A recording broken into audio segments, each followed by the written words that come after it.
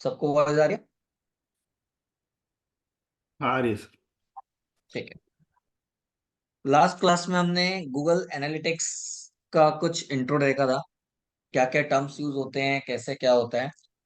Now कोई भी websites को गूगल एनालिटिक्स यूज करने के लिए हमें क्या करना पड़ता है, लिंक करना पड़ता है, जो कि हमने लास्ट क्लास में देख लिया था। ठीक है। आज हम क्या देखेंगे, उस प्लेटफॉर्म को यूज कैसे करते हैं, क्या क्या ऑप्शंस उसमें है, उसका मतलब क्या है, ताकि हम हमारे वेबसाइट्स का डेटा एनालाइज कर पाए। ठीक है। तो हम यहाँ पे ओपन करते हैं गूगल एनालिटिक्स।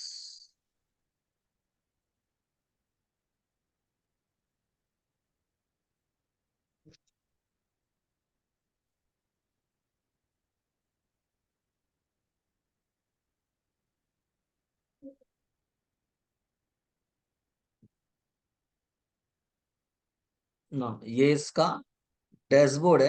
अच्छा, मैं आपको दूसरे अकाउंट का दिखाता हूँ, वेब एन ऐप का ही दिखाता हूँ। चलो।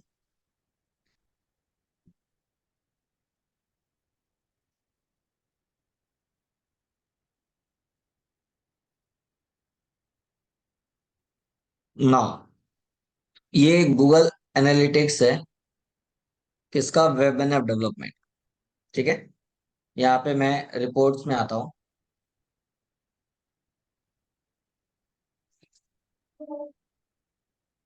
ना, इसमें हमने एक टैब देख लिया था, कौन सा, रियल टाइम का। ठीक है। तो ये रियल टाइम का टैब क्या होता है, कोई बता सकता है? मैं एक साइड एसडी को भी ओपन कर लेता हूँ ताकि आप लोगों को डेटा दिखे वहां का। बताइए, रियल टाइम का मतलब क्या है, लास्ट क्लास में हमने क्या समझा था?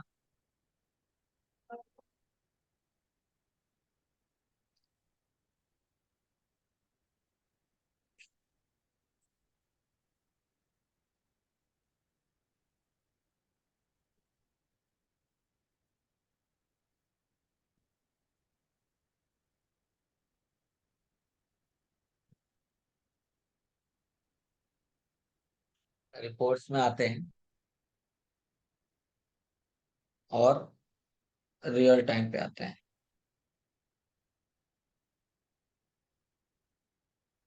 क्या दिख रहा है यहाँ पे? हम्म। एज पर। एट प्रेजेंट या लास्ट 90 मिनट्स पे, लास्ट 30 मिनट्स पे आपकी वेबसाइट में क्या क्या एक्टिविटीज हुई, किस किस यूजर्स ने आपकी वेबसाइट्स को ओपन किया, कहाँ से ओपन किया, वो सब डिटेल दिखा रहा है। तो क्या ओके। दिखा रहा है, लास्ट 30 मिनट्स में या एट प्रेजेंट हमारी वेबसाइट पे 99 यूजर्स थे जिन्होंने विजिट किया हुआ है। जिसमें से बता रहा है 94.9% यूजर किससे यूज कर रहे हैं, मोबाइल डिवाइस मोबाइल, करके हाँ। वेबसाइट को विजिट किया है। 4.1% यूजर ने टैबलेट यूज किया और 1% यूजर ने डेस्कटॉप यूज किया हुआ है to visit school of digital marketing website. अब यहाँ पे देखो और डिटेल में बता रहा है, रियल टाइम का डेटा दिखा रहा है क्या, कि 66 यूजर हैं जिन्होंने डायरेक्ट वेबसाइट को विजिट किया। ठीक ओके। है, डायरेक्ट मतलब www.sdm का जो भी यूआरएल है वो डाल के डायरेक्ट वेबसाइट को विजिट किया। 9 ऐसे लोग हैं जिन्होंने गूगल में सर्च करके विजिट किया। और एक ऐसे यूजर है जिन्होंने गूगल प्ले स्टोर में जाके कोई ऐप के थ्रू एसडीएम की वेबसाइट को विजिट किया। ओके। ठीक है। उसमें भी यदि आप देखोगे तो यहाँ पे दिखा रहा है अभी एट प्रेजेंट 4 लोगों ने पेज को व्यू किया हुआ है, कौन सा, फूड इन करके कोई पेज है, उस पेज को विजिट किया हुआ, मतलब जो टाइटल होगा उसका, उस पेज को विजिट किया हुआ है। ठीक है, और भी चीजें इसको हम डिटेल में देखेंगे। तो ओवरऑल ये जो डेटा दिखा रहा है ये क्या है, रियल टाइम का डेटा। मतलब एट प्रेजेंट आपकी वेबसाइट में क्या एक्टिविटीज हो रही है वो आपको यहाँ पे डिस्प्ले करता है। ठीक तो है। इसमें प्रीवियस तो भी ये देख रियल, सकते हैं क्या? हेलो बोलिए सर। क्या बोले थे आप? प्रीवियस टाइम का भी देख सकते हैं क्या? नहीं मतलब। समझा क्या बोल रहे हैं आप? हाँ, मतलब कल का या पहले वाला। हाँ देख सकते प्रीवियस। हैं, बट अभी ये जो रियल टाइम का टैब है इसका मतलब ये है कि एट प्रेजेंट या पास्ट 30 मिनट्स थर्टी में क्या थर्टी हुआ है। मिनट्स में जो अब भी हो आपको रहा है वो। एक महीना पहले का, एक साल पहले का, 2 दिन पहले का जो भी डेटा देखना आप देख सकते हो, कोई दिक्कत नहीं है। वो उसके थोड़ा लिए सर हमको क्या बताइए करना है, प्लीज। हमको एक्विजिशन पे आना है। ये जो ऐप डेवलपर है, ये फायरबेस, ये हमारे काम का नहीं है, ये ऐप को ट्रैक करने के लिए है। ठीक है। हम्म। इसलिए इसको मैं अभी हाइड कर देता हूँ। यहाँ पे एक्विजिशन में आते हैं तो यहाँ पे देखो दिखा रहा है, सारे टैब का एक अलग अलग मतलब है। मेन जो आपको मिलेगा ये लाइफस्टाइल के अंदर जो है वो आपके काम का है। बट यहाँ पे चीज वही है जो घुमा फिरा के आपको डेटा दिखाएगा। वो क्या है? एक्विजिशन कितने दिन हम्म। का डेटा दिखा रहा है? लास्ट 28 डेज का डेटा दिखा रहा है। अब वो ओके। क्या बोल रहा है कि लास्ट 28 डेज में, ऊपर में डेट भी लिखा हुआ है, हम्म। 2 जैन से लेके 29 जैन तक, ओके। मतलब कल तक का डेटा दिखा रहा है कि 13,000 न्यू यूजर्स ने वेबसाइट को विजिट किया था। ओके। मतलब लगभग 13,000 लोगों ने वेबसाइट को विजिट किया है। जिसमें से बता रहा है बाजू में क्या, कि 9,000 यूजर है जिन्होंने डायरेक्ट वेबसाइट को विजिट किया। लगभग 2,400 यूजर, मतलब 2,500 यूजर कौन है जिन्होंने पेड सर्च, मतलब गूगल एड जो सर ने रन किया होगा उसके थ्रू विजिट किया। लगभग 1,000 लोगों ने ऑर्गेनिक गूगल में सर्च करके विजिट किया। रेफरल का मतलब होता है ऑफ पेज एक्टिविटी जो आपने किया हुआ है अलग अलग वेबसाइट में, जो आपने लिंक सबमिट किया है, ओके। उन हाँ। लिंक को क्लिक करके आपकी वेबसाइट को विजिट किया, दैट मीन्स उसने रेफरल। ठीक है। क्रॉस नेटवर्क, अलग अलग जो और भी बिंग है, याहू है, वो सारे प्लेटफॉर्म को विजिट करके 64 लोगों ने विजिट किया है। ऐसे अलग अलग आपको दिखा रहे हैं। पुश नोटिफिकेशन, कोई ऐप शायद सर ने बनाया होगा या कुछ टेस्टिंग चल रही होगी, तो उस पुश नोटिफिकेशन में क्लिक करके 4 लोगों ने वेबसाइट को विजिट किया। ठीक है। यही चीज नीचे ग्राफिकल फॉर्मेट में है। इसको और डिटेल में देखना है तो हमको व्यू यूजर एक्विजिशन में आओगे तो ये और डिटेल में बताएगा। जैसे कि यहाँ पे मैं अभी क्लिक करता हूँ तो वो कहाँ पे आ हाँ। जाएगा? एक्विजिशन के सेक्शन में चला जाएगा। यहाँ पे देखो, नीचे आते तो आपको वहां पे डिटेल बता रहा है, क्या दिखा रहा है अभी। ओके, क्लिक पर है यहाँ पे ऑर्गेनिक। ये पूरा जो ऑप्शन दिख रहा है ये मीडियम है। अब ये दो चीज और समझ लो, हमने लास्ट क्लास में जो देखा था उसमें ये दो टर्म्स और नहीं थे, क्या कौन कौन से? सोर्स और मीडियम। हम्म। ठीक है। मैं यहाँ पे आता हूँ, अब बताता हूँ सोर्स एंड मीडियम। सोर्स का मतलब होता है नेम ऑफ वेबसाइट, कौन से वेबसाइट को विजिट करके यूजर ने आपके वेबसाइट को ओपन किया, उसे हम बोलते हैं सोर्स। मतलब यहाँ पे लिख देता हूँ, सोर्स मतलब नेम ऑफ वेबसाइट, वेबसाइट। जिस वेबसाइट को विजिट करके यूजर ने आपकी वेबसाइट को ओपन किया उसे हम बोलते हैं सोर्स। फॉर एग्जाम्पल, यदि गूगल ने क्या किया, मतलब यूजर ने क्या किया, गूगल में सर्च किया और उस हम्म। सर्च में आपका रिजल्ट आया और उस रिजल्ट में क्लिक करके आपकी वेबसाइट को ओपन किया। हम्म। ठीक है, तो यहाँ पे क्या हो जाएगा? सोर्स क्या हो जाएगा? सोर्स हो जाएगा गूगल गूगल सर्च। या google.com। ठीक हम्म। है, जो भी उसका डोमेन होगा वो। और मीडियम क्या होगा? मैंने क्या बोला, गूगल में उसने सर्च किया और सर्च में क्लिक करके आया। अब दो चीजें हैं, सर्च में दो टाइप के रिजल्ट आते हैं, एक होता है पेड एड, दूसरा होता है ऑर्गेनिक, जो ऑर्गेनिक। एसईओ करके रैंक पे लाते हैं। तो यदि हम्म। यूजर ने पेड एड में क्लिक किया होगा तो मीडियम हो जाएगा पेड। पेड। ठीक है। और यही चीज ऑर्गेनिक में क्लिक किया होगा तो मीडियम हो जाएगा ऑर्गेनिक। Organic, yes. मतलब प्री लिंक पे क्लिक करके आया। ठीक है। तो ये दो डिफरेंस है। यही चीज कोई यूजर सपोज फेसबुक में आपका एड देख रहा है या नॉर्मल फेसबुक यूज कर रहा है, आपने कोई पोस्ट डाला और उसके थ्रू आया, तो सोर्स हो जाएगा आपका facebook.com। फेसबुक। और मीडियम हो जाएगा क्या? अब यहाँ पे गूगल अभी खुद क्लियर नहीं है, वो कुछ दिन से डेटा चेंज कर रहा है। क्या कर रहा है? फेसबुक को कभी कभी वो रेफरल में ले रहा है और कभी कभी वो सोशल में ले रहा है। ठीक है। एक्चुअल में पहले जितने भी सोशल मीडिया साइट्स थे, वहां से यदि कोई यूजर आपकी वेबसाइट को विजिट करता था तो उसको वो सोशल की कैटेगरी में डालता था। लेकिन आज की डेट में वो सोशल की कैटेगरी शायद हटा दिया है, इसीलिए रेफरल के अंदर ही आपको फेसबुक हो गया, इंस्टाग्राम हो गया, वो सब जगह से आपको दिखाता है। ठीक है। ओके। तो जो भी है, मीडियम जो है वो फिक्स है, या तो पेड होगा या ऑर्गेनिक होगा या फिर आपका रेफरल होगा। ठीक है। या फिर ईमेल के थ्रू आएगा तो ईमेल होगा। ये सब फिक्स है। लेकिन जो सोर्स है वो कुछ भी हो सकता है, चाहे वो facebook.com हो, गूगल हो, या वो XYZ वेबसाइट हो, कोई भी हो। सोर्स कुछ भी हो सकता है, बट मीडियम या तो ऑर्गेनिक होगा, या तो पेड होगा, या रेफरल होगा, या ईमेल के थ्रू आया तो ईमेल मार्केटिंग के थ्रू आएगा, या जैसे कि आपको वहां दिखा रहा था पुश नोटिफिकेशन। ठीक है, ये सब मीडियम में जाएगा।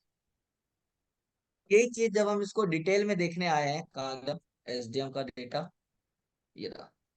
तो अभी ऊपर में क्या लिखा रहा है, फर्स्ट यूजर बाय मीडियम, यहाँ पे मीडियम के हिसाब से डेटा दिखा रहा है। मेरे को दोनों के हिसाब से देखना है तो मैं यहाँ पे क्लिक करता हूँ। तो यहाँ पे अब आपका सोर्स और मीडियम दोनों एक साथ दिखाएगा ये ना। अब हम्म। उसके हिसाब से डेटा दिखा रहा है कितने दिन का, लास्ट 28 डेज का। 20 मेरे डेज। को इसको चेंज करना है किसी भी लेवल पे, यदि मेरे को चेंज करना है तो मैं उसमें क्लिक करके आज का, कल का, लास्ट वीक का, लास्ट 28 डेज, 30 डेज, या कस्टमाइज में अपने हिसाब से चेंज कर सकता हूँ। कोई दिक्कत ओके। नहीं है, मैं देख सकता हूँ। ठीक है।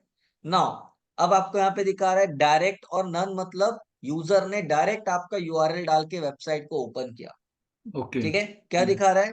लगभग 13,000 लोगों ने आपकी वेबसाइट को विजिट किया, उसमें से 8,987 यूजर ने डायरेक्टली आपकी वेबसाइट को ओपन किया है। इसका हम्म। मतलब कि आपका नाम मार्केट में लोग जानते हैं, इवन आपका यूआरएल तक लोगों को पता है। इसका इनडायरेक्ट मतलब होता है कि आपकी ब्रांडिंग मार्केट में बहुत अच्छी है इस फील्ड के लिए। क्यों? बराबर, क्योंकि सही बात। यूजर आपका नाम भी सर्च करेगा गूगल में, तो उसमें आपकी लिंक आएगी, उसमें क्लिक करेगा तब आएगा, तो वो गूगल ऑर्गेनिक में डिस्प्ले होना चाहिए। लेकिन यहाँ पे डायरेक्ट दिखा रहा है, इसका मतलब है कि यूजर ने सीधा एड्रेस डाला www डॉट करके, और जैसे ही एंटर किया था आपकी वेबसाइट ओपन हुई। इसका मतलब आपकी ब्रांडिंग मार्केट में बहुत अच्छी है, लोग डायरेक्ट आ रहे हैं। दूसरा आपको दिखा रहा है लास्ट 28 डेज का देख रहे हैं, तो क्या बोल रहा है? गूगल सीपीसी मतलब होता है पेड, क्योंकि कॉस्ट पर क्लिक होता है जो गूगल एड्स का टर्म है। तो गूगल के थ्रू आया, बट पेड रिजल्ट के थ्रू आया। कितना? लगभग 2400 यूजर्स। ठीक है। उसमें भी कौन से यूजर? न्यू यूजर है, रिपीटर्स काउंट नहीं है ना। खाली हम्म। यूजर होता मतलब इसमें रिटर्निंग यूजर भी होते, बट यहाँ पे न्यू यूजर मतलब फ्रेश, जो लास्ट 20 डेज में फर्स्ट टाइम वेबसाइट विजिट कर रहे हैं वो है। उसके बाद आपको दिखा रहा है गूगल प्ले से, ऑर्गेनिक से मतलब प्ले स्टोर से 633 आए। गूगल कंसोल आपका जो गूगल की वेबसाइट है वेब मास्टर से, वहां से कुछ लोग आए।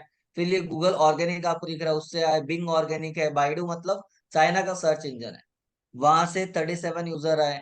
तो ये अलग अलग आपको दिखा रहा है। याहू ऑर्गेनिक से आए। बाय डिफॉल्ट 10 डेटा दिखाता है। आपको इंक्रीज करना है, लगता है नंबर ऑफ डेटा ज्यादा है, तो रो इंक्रीज कर लो, तो एक के नीचे एक बाकी का पूरा डेटा आपको यहाँ पे दिखाएगा। ठीक है। ये रहा। यहाँ पे पूरा डेटा दिखाएगा। तो सबसे पहले क्या दिखा रहा है? जिस भी चीज का आप देख रहे हो, ये वाला जो कॉलम है फिक्स रहेगा। अलग अलग टर्म्स के हिसाब से या जो भी चीज आप देखोगे वैसे डेटा मॉडिफाई होगा, बट रहेगा यही।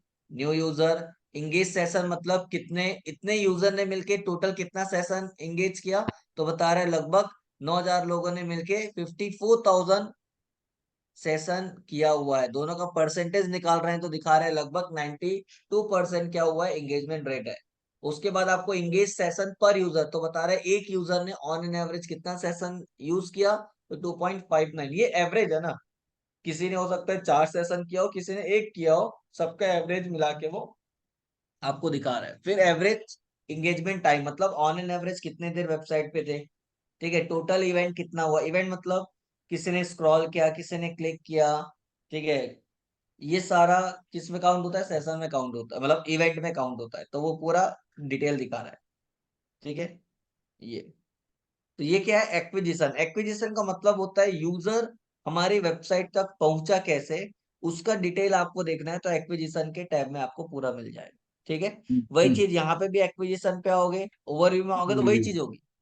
ठीक है। यहाँ पे अलग से रिपोर्ट बना के टैब बना के रखा हुआ है सर ने, बट यहाँ पे भी आएंगे तो क्या दिखा रहा है? वही डिटेल दिखा रहा है। कितने यूजर आए लास्ट 29 डेज में, तो दिखा रहा है 29,000 यूजर ने विजिट किया, जिसमें से 13,000 न्यू यूजर्स थे। ठीक है।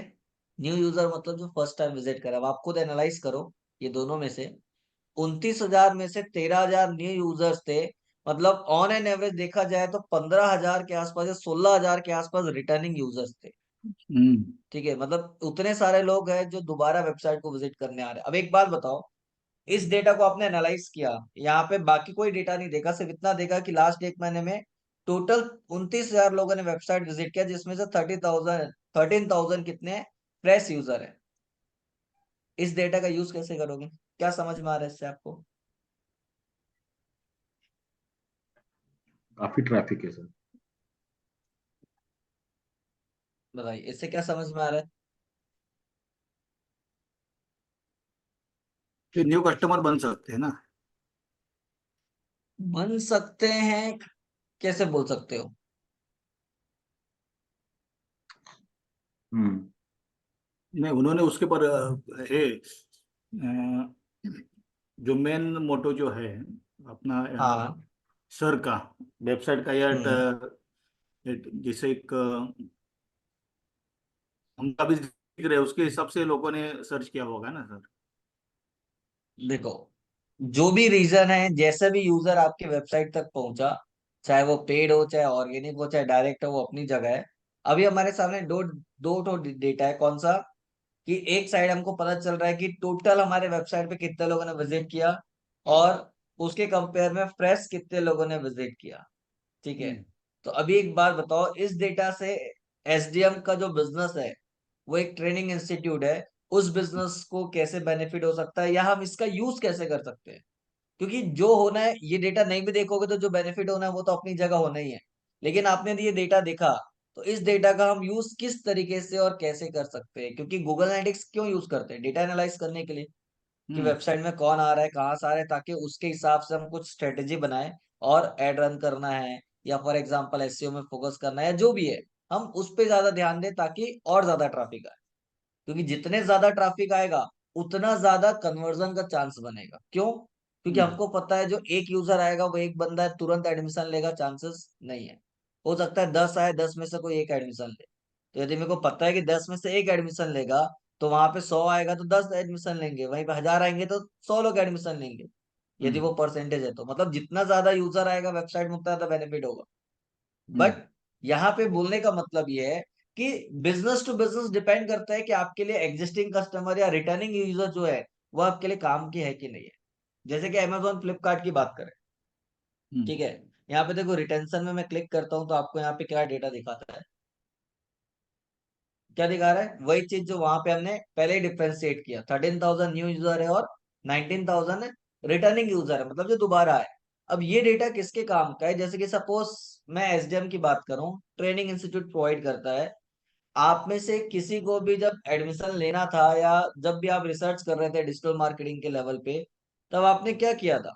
एसडीएम की कहीं ना कहीं से सुना था, या किसी ने रेफरेंस दिया, जो भी रीजन था, आपने एक बार वेबसाइट विजिट किया ताकि आपको कोर्स कंटेंट पता चले कि क्या क्या हम्म। टॉपिक्स कवर होगा। आपने वो टॉपिक एनालाइज कर लिया। उसके बाद क्या लगता है, आप एडमिशन लो न लो बात की बात है, या कभी भी एडमिशन लो, क्या आप दोबारा एसडीएम की वेबसाइट में जाके कोर्स कंटेंट या बाकी कोई चीज को एनालाइज करोगे क्या? और करोगे तो कितने लोग करोगे और कितने लोग नहीं करोगे?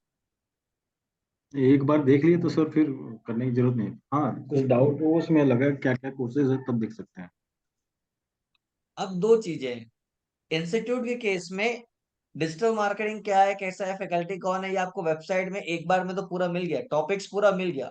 अब कुछ भी डाउट रहेगा, आप वेबसाइट देखोगे तो डाउट क्लियर नहीं होने वाला। आपको हम्म। उसके लिए क्या करना पड़ेगा? वहां पे कॉल करना पड़ेगा। जो हम्म। भी काउंसलर होगा उनसे आपको बात करना पड़ेगा कि सपोज मेरे को एडमिशन के पहले एक बार डेमो क्लास चाहिए, ताकि मेरे को चेक करने में को समझ में आ रहा है कि नहीं आ रहा है। तो डेमो कब है, क्या है, कैसा है, वो आपको इन्फॉर्म करेंगे। आपको ऑफलाइन चाहिए, ऑनलाइन चाहिए, जो भी डाउट्स है वो आपको बताएंगे। एक्स्ट्रा उसके बाद बेनिफिट क्या है, प्लेसमेंट स्कोप क्या है, कैसा है, क्या है, जो भी चीज है। खाली वेबसाइट से आपके सारे डाउट्स क्लियर नहीं होंगे, चाहे कितना भी अच्छे से मेंशन कर दे। मतलब राइट। कोई भी यूजर एक बार हमारे वेबसाइट पे आके सारा चीज एनालाइज कर लिया, अब उसके बाद उसको इंक्वायरी करना है तो कॉन्टेक्ट पेज में जाके कॉन्टेक्ट नंबर पे जाके कॉल कर सकता है, या हम्म। इंक्वायरी फॉर्म फिलअप करके सबमिट करेगा तो बाय डिफॉल्ट वहां से कॉल आ जाएगा। ठीक है।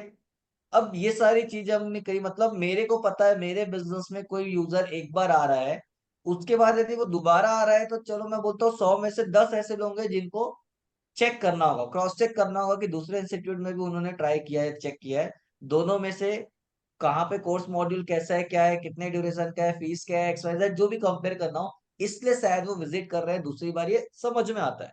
बट सबके सब दोबारा ओपन करेंगे, चांस कम है।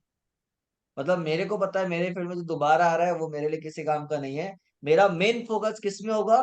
न्यू यूजर कितने आ रहे हैं। पुराने हम्म। यूजर से मुझे कोई उतना लेना देना नहीं है। लेकिन यही चीज अमेजोन की बात करूं या फ्लिपकार्ट की बात करूं, उसके रिटर्न। सामने दिए दो दो अलग अलग डेटा आता है कि लास्ट मंथ 13,000 नए यूजर आए और 19,000 रिटर्निंग विजिटर आए। इसके पहले का यदि डेटा देखेगा तो वहां पे दिखा रहा है कि 50,000 नए रिटर्निंग यूजर्स आए, मतलब रिटर्निंग यूजर्स आए, और 10,000 न्यू यूजर आए। तो इससे उसको क्या समझ में आ रहा है? रिटारगेटिंग कर सकते हैं वो। हेलो, हाँ जी बोलिए। रिटारगेटिंग कर सकते हैं सर। रीटारगेटिंग कर सकते हो। ओके, और आपको कैसे पता चलेगा कि मेरे को रिटारगेटिंग करना है और करना भी है? कौन से प्रोडक्ट के लिए करना है, यहाँ से कैसे समझ में आएगा?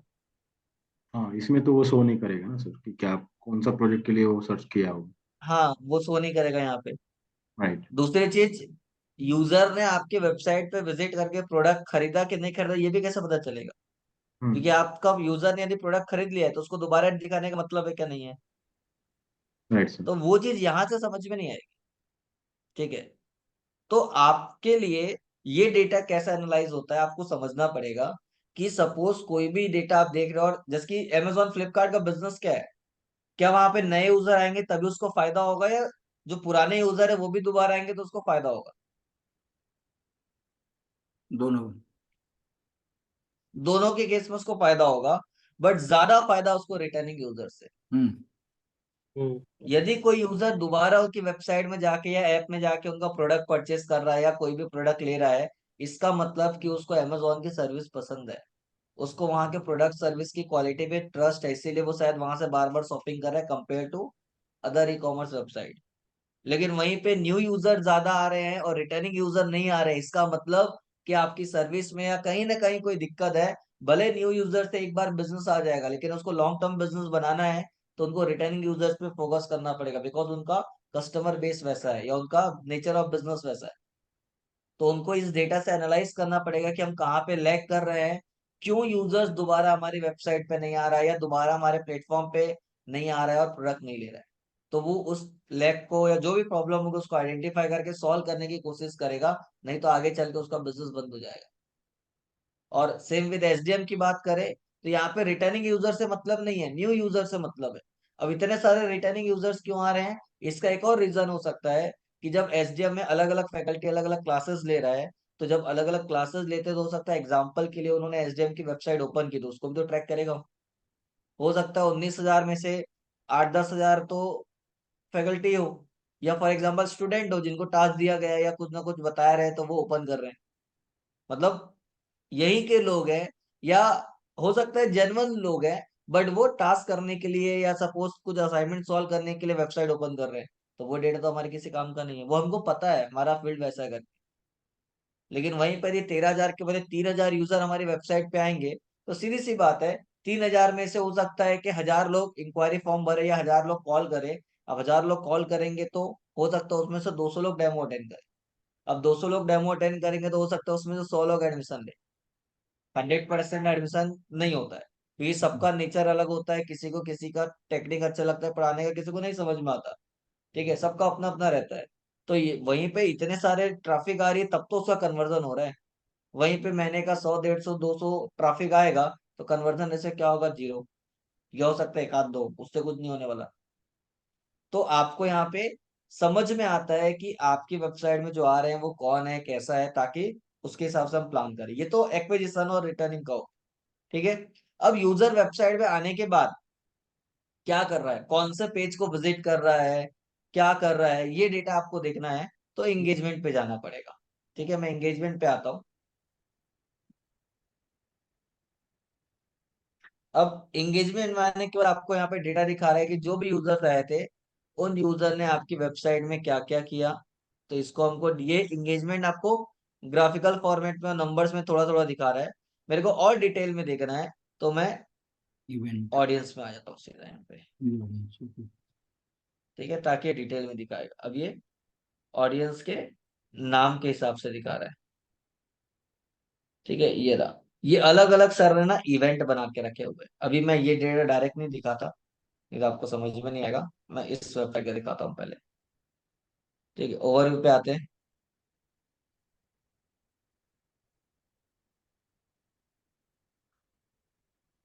ना। यहाँ पे ओवरव्यू क्या दिखा रहा है? जैसे एक्विजिशन में आपको ट्रैफिक दिखा रहा था, वैसे एंगेजमेंट के ओवरव्यू में होगे तो आपको यहाँ पे बताएगा कि ऑन एन एवरेज कितनी देर लोगों ने आपकी वेबसाइट पे बिताया था, एक यूजर ने ऑन एन एवरेज कितना सेशन किया। ठीक है, ये सारा डिटेल आपको यहाँ पे बता रहा है। अब इवेंट में जाओगे तो बाय डिफॉल्ट बिना कुछ किए कुछ स्टैंडर्ड इवेंट होते हैं, जैसे कि यहाँ पे आपको दिख रहा है। ठीक है, इसको मैं डिटेल में देखना है तो नीचे आता हूँ, तो आपको यहाँ पे दिखा रहा है पेज भी हो गया, यूजर एंगेजमेंट हो गया, मतलब कितने लोगों ने वेबसाइट ओपन करने का कोई ना कोई एक्टिविटी की, सेशन स्टार्ट हुआ, फर्स्ट टाइम विजिटर्स कितने हैं, स्क्रॉल कितने लोगों ने किया, फॉर्म सबमिट मतलब ये कस्टमाइज है, ये बनाया गया है। ठीक है, कितने लोगों ने फॉर्म सबमिट किया, कितने लोगों ने फॉर्म ओपन किया, क्लिक कितने लोगों ने किया, फाइल डाउनलोड कितने लोगों ने किया, ये बाय डिफॉल्ट आपको यहाँ पे दिख रहा है। ठीक है, बट यहाँ पे यदि कुछ और नाम, जैसे कि वहां पे आपको दिख रहा था अलग अलग, वैसा आपको यदि देखना है तो आपको उसके लिए इवेंट बनाना पड़ेगा। मतलब आप चेक करना चाहते हो कि आपकी वेबसाइट में आके कितने लोगों ने फॉर्म फिलअप की, मतलब ब्राउजर को डाउनलोड किया या इंक्वायरी फॉर्म फिलअप किया डेमो क्लास के लिए, उसको भी ट्रैक करना चाहते हो, तो आपको इवेंट क्रिएट करना पड़ेगा। कैसे क्रिएट करते हैं वो हम आगे देखेंगे। ठीक है, तो क्रिएट होने के बाद आपको यहाँ पे लिस्ट में दिखेगा जो भी नाम आपने बनाया है वो, और ये स्टैंडर्ड जो है वो। अब यहाँ पे आपको बता रहा है कि पेज व्यू कितने लोगों ने किया, तो 219 लोगों ने पेज व्यू किया लास्ट 28 डेज में, जो वेबसाइट आपके सामने ओपन है उसका। ठीक है, जिसमें से 90 यूजर्स थे, टोटल यूजर कितने, 90 यूजर ने पेज व्यू किया। अब 90 में आपको दिखा रहा है टोटल 219 इवेंट काउंट हुआ। इवेंट मतलब पेज व्यू किया, स्क्रॉल किया, जो भी किया, ऐसे करके उन्होंने टोटल 919 एक्टिविटी की, मतलब इवेंट किया। अब एक यूजर ने 4 पेज विजिट किया तो 4 इवेंट काउंट होगा वो। ठीक है, वैसे ही अलग अलग जो भी किया टोटल आपको दिखा रहे, यूजर कितने थे उसका परसेंटेज दिखा रहा है कि एक यूजर ने ऑन एन एवरेज कितना इवेंट किया, और यदि वहां से कोई रिवेन्यू जनरेट हुआ होगा तो यहाँ पे टोटल रेवेन्यू बताएगा। ये भी तब जब आप कन्वर्जन क्रिएट करोगे। ठीक है, करोगे तो यहाँ दिखाएगा, नहीं करोगे तो नहीं दिखाएगा। तो कन्वर्जन भी कैसे क्रिएट करते हैं वो हम आगे देखेंगे। तो जितने भी इवेंट है या एक्टिविटी है जो यूजर ने वेबसाइट में आने के बाद किया, वो डिटेल यहाँ पे दिखाता है। यही चीज रिवेन्यू मॉडल पे जाओगे तो कन्वर्जन पे आप आ जाओ, तो कितने यूजर्स ने आपकी वेबसाइट को विजिट करके वहां से प्रोडक्ट को फाइनली परचेस किया, वो देखना है। तो यहाँ पे कन्वर्जन के टैब में दिखाएगा जब आपने कन्वर्जन क्रिएट किया होगा तो।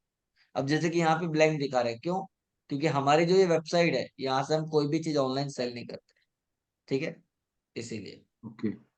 उसके बाद पेज व्यू। पेज व्यू का मतलब यूजर ने वेबसाइट को तो विजिट किया, बट कौन कौन से पेज को विजिट किया, कौन सा ऐसा पेज है जो सबसे ज्यादा विजिट हो रहा है, वो आपको यहाँ पे मिलेगा। ठीक है, ये रहा। मतलब ये जो लाइफ साइकिल के अंदर जितने भी टैब है ना, ये इंपॉर्टेंट है। ठीक है, अब यहाँ पे आपको दिख रहा है पेज व्यू में, आपको किसके फॉर्मेट में दिखा रहा है, यूआरएल के फॉर्मेट में दिखा रहा है। अभी यहाँ पे दिख रहा है ऊपर में, page path and screen class में क्या दिखा रहा है, यूआरएल के फॉर्मेट में। सबसे पहला स्लैश, स्लैश का मतलब होता है होम पेज। यही मैं एसडीएम की वेबसाइट में भी दिखाता हूँ यहाँ पे। इसको अभी के लिए मैं बंद कर देता हूँ और इंगेजमेंट पे आता हूँ, क्योंकि वही सारे ऑप्शंस आपको सब जगह मिलेंगे। ऐसा नहीं है कि इस प्लेटफॉर्म में अलग या इसके अकाउंट में अलग दिखेगा, सब जगह सेम मिलेगा। यहाँ पे क्या दिखा रहा है, पेज। हाँ, यही चीज हम यहाँ पे देखते थे, यहाँ पे अलग अलग।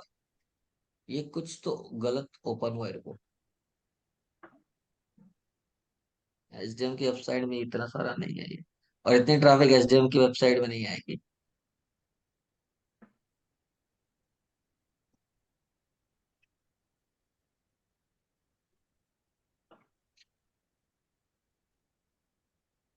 हाँ, ये एसडीएम का हमने ओपन किया है। वही बोलो, हो सकता है गूगल का या किसी और का होगा।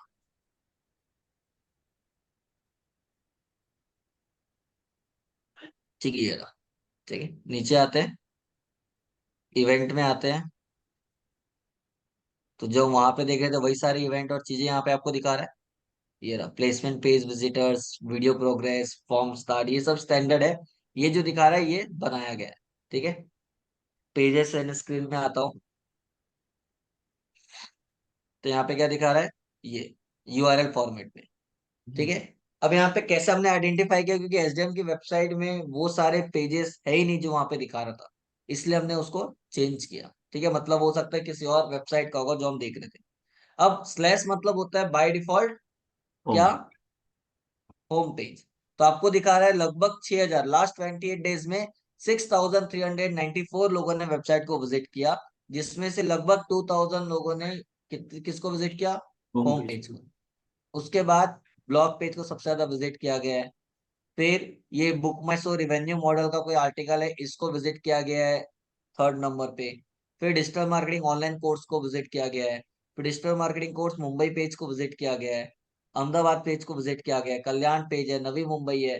तो आपको यहाँ से ये समझ में आता है कि आपके पास जितने भी प्रोडक्ट और सर्विसेज है उसमें से कौन से प्रोडक्ट और सर्विस के लिए सबसे ज्यादा यूजर ने वेबसाइट को विजिट किया। यहाँ से ये नहीं पता चलेगा कि उसने प्रोडक्ट परचेज किया कि नहीं किया। आपको कन्वर्जन के टाइम में दिखेगा कि इतने लोगों ने प्रोडक्ट परचेज किया, ठीक है, जो भी आपने बनाया होगा वो तब वहां दिखाएगा, अदरवाइज नहीं दिखाएगा। यहाँ पे ये दिखा रहा है कि इतने लोगों ने पेज को विजिट किया। अब हो सकता है विजिट करने के बाद आपका इंक्वायरी फॉर्म भरा हो सकता है ना भी भरा हो, बट यहाँ पे खाली नंबर ऑफ पेजेस बता रहा है कि इतने लोगों ने ये पेज को विजिट किया है, ठीक है। यही नंबर ऑफ रो इंक्रीज करना है तो आप इंक्रीज करके भी देख सकते हो। ये जितने भी पेजेस होंगे आपकी वेबसाइट के सारे पेज की लिस्ट आएगी विथ डिक्रीजिंग ऑर्डर पे। सबसे ज्यादा विजिट करने वाले पेज टॉप पे आएंगे, फिर उसके बाद उसके नीचे ये सब आपको दिखाएगा। तो आपको यहाँ पे दिखा रहा है कि होम पेज को कितने लोगों ने व्यू किया, जो हमने पहले ही टर्म्स पढ़ लिया था। कितने यूजर ने किया, तो 1205 यूजर ने 2224 पेज विजिट किए होम पेज को, मतलब रिपीटर्स भी काउंट है इसमें, ठीक है। तो ये सारा डिटेल आपको दिखा रहा है, ठीक। यही चीज हम मोनेटाइज पे आते हैं और ओवरव्यू पे आते हैं। तो अब ऑनलाइन नहीं, एचडीएम कुछ पेमेंट लेता है ना कुछ करता है, इसलिए यहाँ पे पूरा ब्लैंक होगा। अदरवाइज आपने यदि कन्वर्जन क्रिएट किया होता तो आपको यहाँ पे दिखाता कि टोटल रेवेन्यू आपकी वेबसाइट से जब लोगों ने परचेस किया तो कितना हुआ। टोटल एड रेवेन्यू मतलब ये तब दिखाएगा जब आपने अपना गूगल एडसेंस अकाउंट यहाँ से लिंक किया हुआ है। तो गूगल एडसेंस क्या होता है, वेबसाइट मोनेटाइज करने का एक प्लेटफॉर्म है, या आप यूट्यूब मोनेटाइज कर रहे हो तो भी उसका भी वही कॉमन प्लेटफॉर्म है। तो वहां से जितना भी रेवेन्यू जनरेट हुआ होगा वो ट्रैक करके यहाँ दिखाएगा कि टोटल रेवेन्यू कितना जनरेट हुआ। परचेज रेवेन्यू मतलब वेबसाइट से, और एड रेवेन्यू मतलब जो आपने रेवेन्यू जनरेट किया है गूगल एडसेंस से और वो सारी चीज से, वो दोनों को मिला के आपको टोटल रेवेन्यू बताता है, ठीक है। यही चीज को इंडिविजुअल देखना है तो इंडिविजुअल भी यहाँ से आप परचेज जर्नी में पूरा वो ग्राफ दिखाता है। कब, जब आपकी ई कॉमर्स वेबसाइट है तब, ठीक है। जैसे कि यहाँ पे दिखा रहा है सेशन स्टार्ट हुआ, लेकिन view, product, add to cart, begin checkout, अब हमारा ई कॉमर्स पैटर्न ही नहीं है तो यहाँ पे नहीं दिखाएगा, नहीं तो वो आपकी वेबसाइट को एनालाइज करके वो दिखाता है, ठीक है। लेकिन नीचे यहाँ पे देखो दिखा रहा है, क्या दिखा रहा है, डिवाइस। हालांकि ये नीचे और भी ऑप्शन है वहां पे भी दिखाता है क्या, डिवाइस, कि जितने भी यूजर ने आपकी वेबसाइट को विजिट किया है, जो भी सेशन हुआ, उसमें से कितने ऐसे लोग हैं जिन्होंने मोबाइल से ओपन किया, कितने लोगों ने डेस्कटॉप से ओपन किया और कितने लोगों ने टैबलेट से ओपन किया।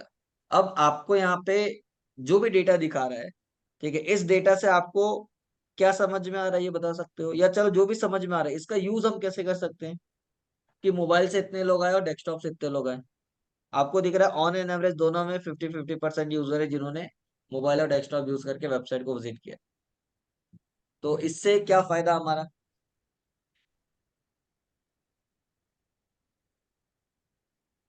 बताइए।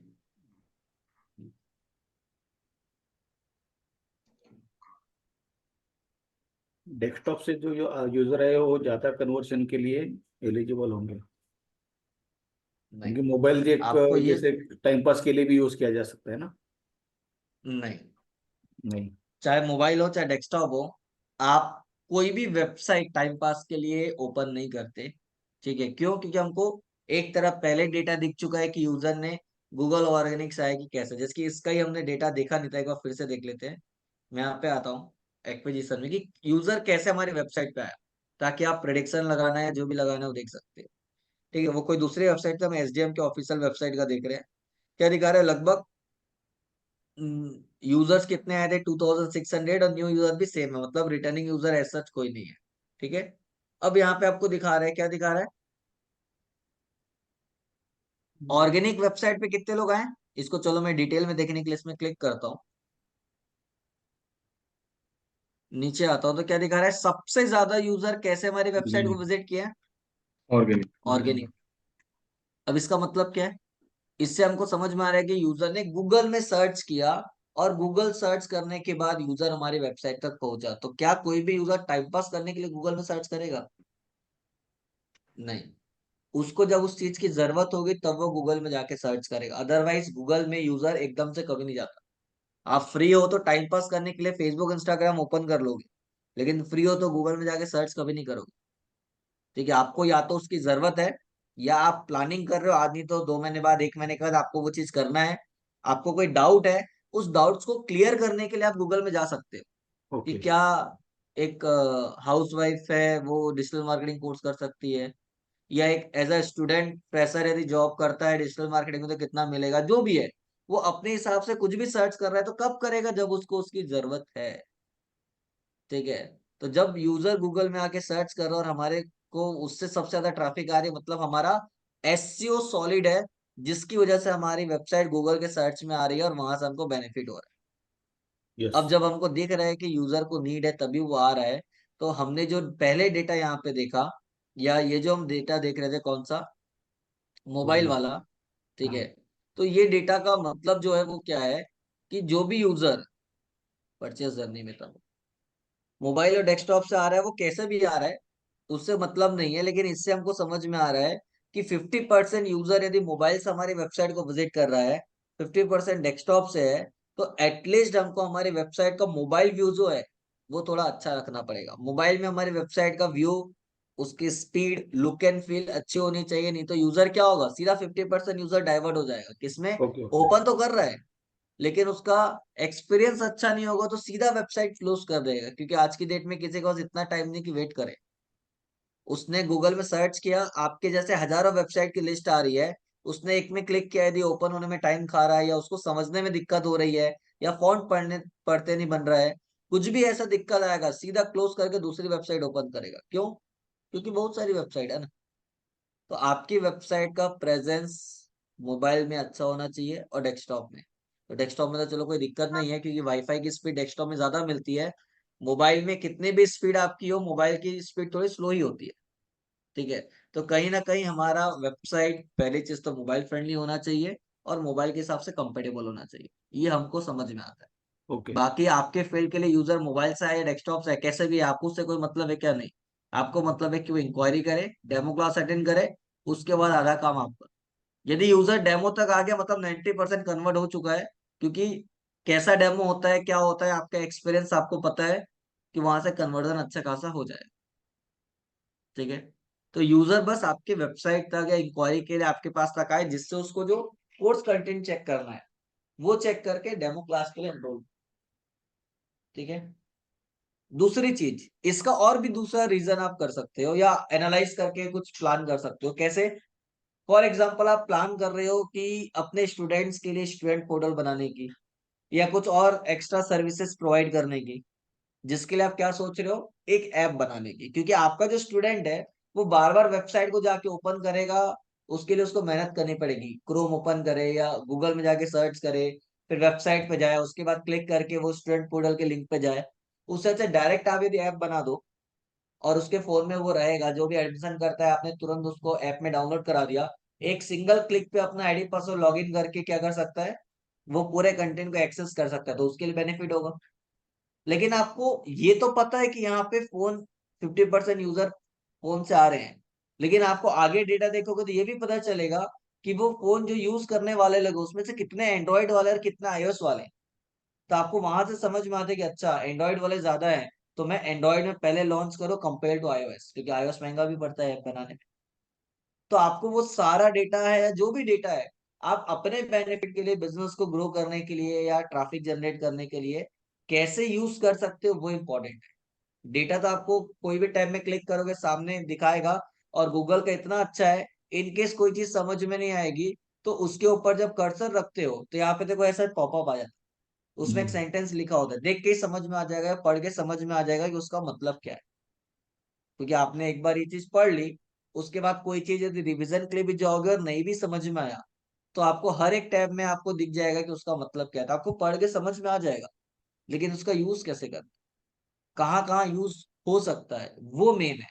ठीक है। तभी आप एड रन करते वक्त या और भी कोई चीज के लिए इस डेटा का यूज कर सकते हो। ठीक है ना। बाकी किसी में भी क्लिक करेंगे तो कुछ डेटा नहीं आएगा, क्योंकि हमारा ई कॉमर्स पैटर्न नहीं है। ठीक है ना। इसके बाद होता है रिटेंशन, जो हमने पहले ही देख लिया था ऊपर, मतलब दूसरी वेबसाइट का, कि कितने न्यू यूजर आए थे और कितने रिटर्निंग थे। तो यहाँ पे क्या दिखा रहा है, 2600 के आसपास न्यू यूजर थे, जिसमें से 309 लोग रिटर्निंग यूजर थे। तो इतने रिटर्निंग तो अंडरस्टूड है, बट पहले जो दिखा रहा था वो बहुत ज्यादा दिखा रहा था, उतने ज्यादा लोग वेबसाइट पे आना थोड़ा सा मुश्किल था। बट इसलिए हमने इग्नोर किया, क्योंकि हो सकता है एड रन किया हो या कुछ किया हो तो उतने लोग आ सकते हैं, बट देख के समझ में आ गया कि अब वो नहीं है। ठीक है। तो ये आपका एक्विजिशन, मतलब यूजर वेबसाइट तक कैसे पहुंचा। एंगेजमेंट के टाइम में क्या पता चलता है कि यूजर वेबसाइट में आने के बाद क्या किया, कौन से पेज को विजिट किया, कितनी देर वेबसाइट पे था, सारा चीज आपको एंगेजमेंट में पता चल जाता है। ठीक है। और मोनेटाइज मतलब वेबसाइट में आने के बाद कुछ उसने खरीदा नहीं खरीदा जो भी है वो मोनेटाइजेशन में पता चलता है। रिटेंशन मतलब कितने नए यूजर आए और कितने पुराने यूजर थे। ठीक है, ये डेटा आपको मिल जाता है। अब ये होने के बाद नीचे दिखा रहा है एक टैब, कौन सा, यूजर का। यूजर का टैब का मतलब क्या है? यूजर टैब का मतलब है कि अब यूजर के बारे में कुछ इंफॉर्मेशन देगा। गूगल एनालिटिक्स में आप जितना भी डेटा एनालाइज करोगे वो कितना भी इंफॉर्मेशन दे, बट आपका पर्सनल इंफॉर्मेशन मतलब फोन नंबर, ईमेल आईडी कुछ भी नहीं बताएगा। ठीक है। तो यहाँ पे यूजर इंफॉर्मेशन मतलब वो ये तो बता रही है यूज कौन कौन वेबसाइट पे आया था, कहाँ से आया था, मतलब कौन से पेज को विजिट किया, सारा चीज। अब थोड़ा और ज्यादा इंफॉर्मेशन देगा अबाउट यूजर कि कौन से सिटी से आया था, कौन सा डिवाइस यूज करके आया था, उसका एज क्या था, उसका जेंडर क्या था, वो बताएगा। बट उसका नाम, ईमेल आईडी, फोन नंबर कुछ भी नहीं बताएगा। तो मैं यूजर एट्रीब्यूट पे आके ओवरव्यू पे आता हूँ। तो यहाँ पे दिखा रहा है अब यूजर के बारे में। अब कंट्री वाइज दिखा रहा है। कंट्री वाइज में क्या दिखा रहा है? सबसे ज्यादा यूजर इंडिया से है, फिर यूनाइटेड स्टेट्स है, उसके बाद यूनाइटेड किंगडम, पाकिस्तान, कनाडा, ये अलग अलग दिखा रहा है। तो एक चीज याद रखना, इंटरनेट पे 2% स्पैम होता है। 2% स्पैम मतलब क्या होता है कि कुछ बॉट्स होते हैं जो कोई यूजर नहीं होता, स्क्रिप्ट होती है जो अलग अलग वेबसाइट को हिट करते रहती है बस। ठीक है। अब वेबसाइट हिट हो रही है मतलब वेबसाइट ओपन हो रही है, सर्च इंजन को लगता है कि किसी ने वेबसाइट ओपन किया, बट एक्चुअल में वो यूजर नहीं होता, वो बॉट्स होते हैं, स्क्रिप्ट होता है जो हिट करते रहता है। इसीलिए जो अदर कंट्री से आपको दिखा रहा है वो एक बार के लिए मैं स्पैम मान सकता हूँ। ठीक है। या किसी ने एक आध बार ओपन किया हो तो वो अंडरस्टूड है, बट इतने सारे लोगों ने अलग अलग कंट्रीज ओपन किया तो थोड़ा सा समझ में नहीं आता। क्यों? क्योंकि इतनी मेहनत करके एसईओ करके ले दे के आप अपने सिटी में रैंक पे नहीं आ पा रहे हो, तो दूसरी कंट्री में रैंक पे आप आ जाओगे? पॉसिबल ही नहीं है। ठीक है। तो कहीं ना कहीं स्पैम होता है। अब यही चीज ऊपर में कंट्री वाइज दिखाया, अब यहाँ पे सिटी वाइज दिखा रहा है। किसी पे भी यदि आप व्यू कंट्री में या व्यू सिटीज में डिटेल में क्लिक करोगे तो डिटेल डेटा आएगा, जिसके यहाँ पे दिखा रहा है। पुणे से सबसे ज्यादा लोग आए 604, फिर मुंबई में आए, फिर नागपुर से आए, अहमदाबाद है, दिल्ली है, पिंपरी चिंचवड है, बेंगलोर है। क्लिक करोगे तो लिस्ट ऑफ सिटीज आ जाएगी। ठीक है। ये अब सीधी सी बात है, पुणे में मेन इंस्टीट्यूट है तो पुणे से ज्यादा ट्रैफिक आएगी, और मुंबई में भी है तो मुंबई से ज्यादा ट्रैफिक आएगी। अब एक बात बताओ, ये सारा डेटा कोई भी सिटी से कितने भी ट्रैफिक आए, इस डेटा का मैं यूज कैसे करूंगा? मैंने डेटा देख लिया, अब डेटा देखने के बाद इसका यूज कैसे करूंगा?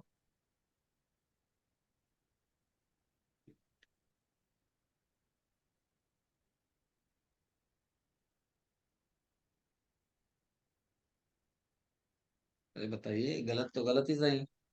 आपके हिसाब से आपके सामने डेटा आ गया, उस डेटा का यूज कैसे करोगे?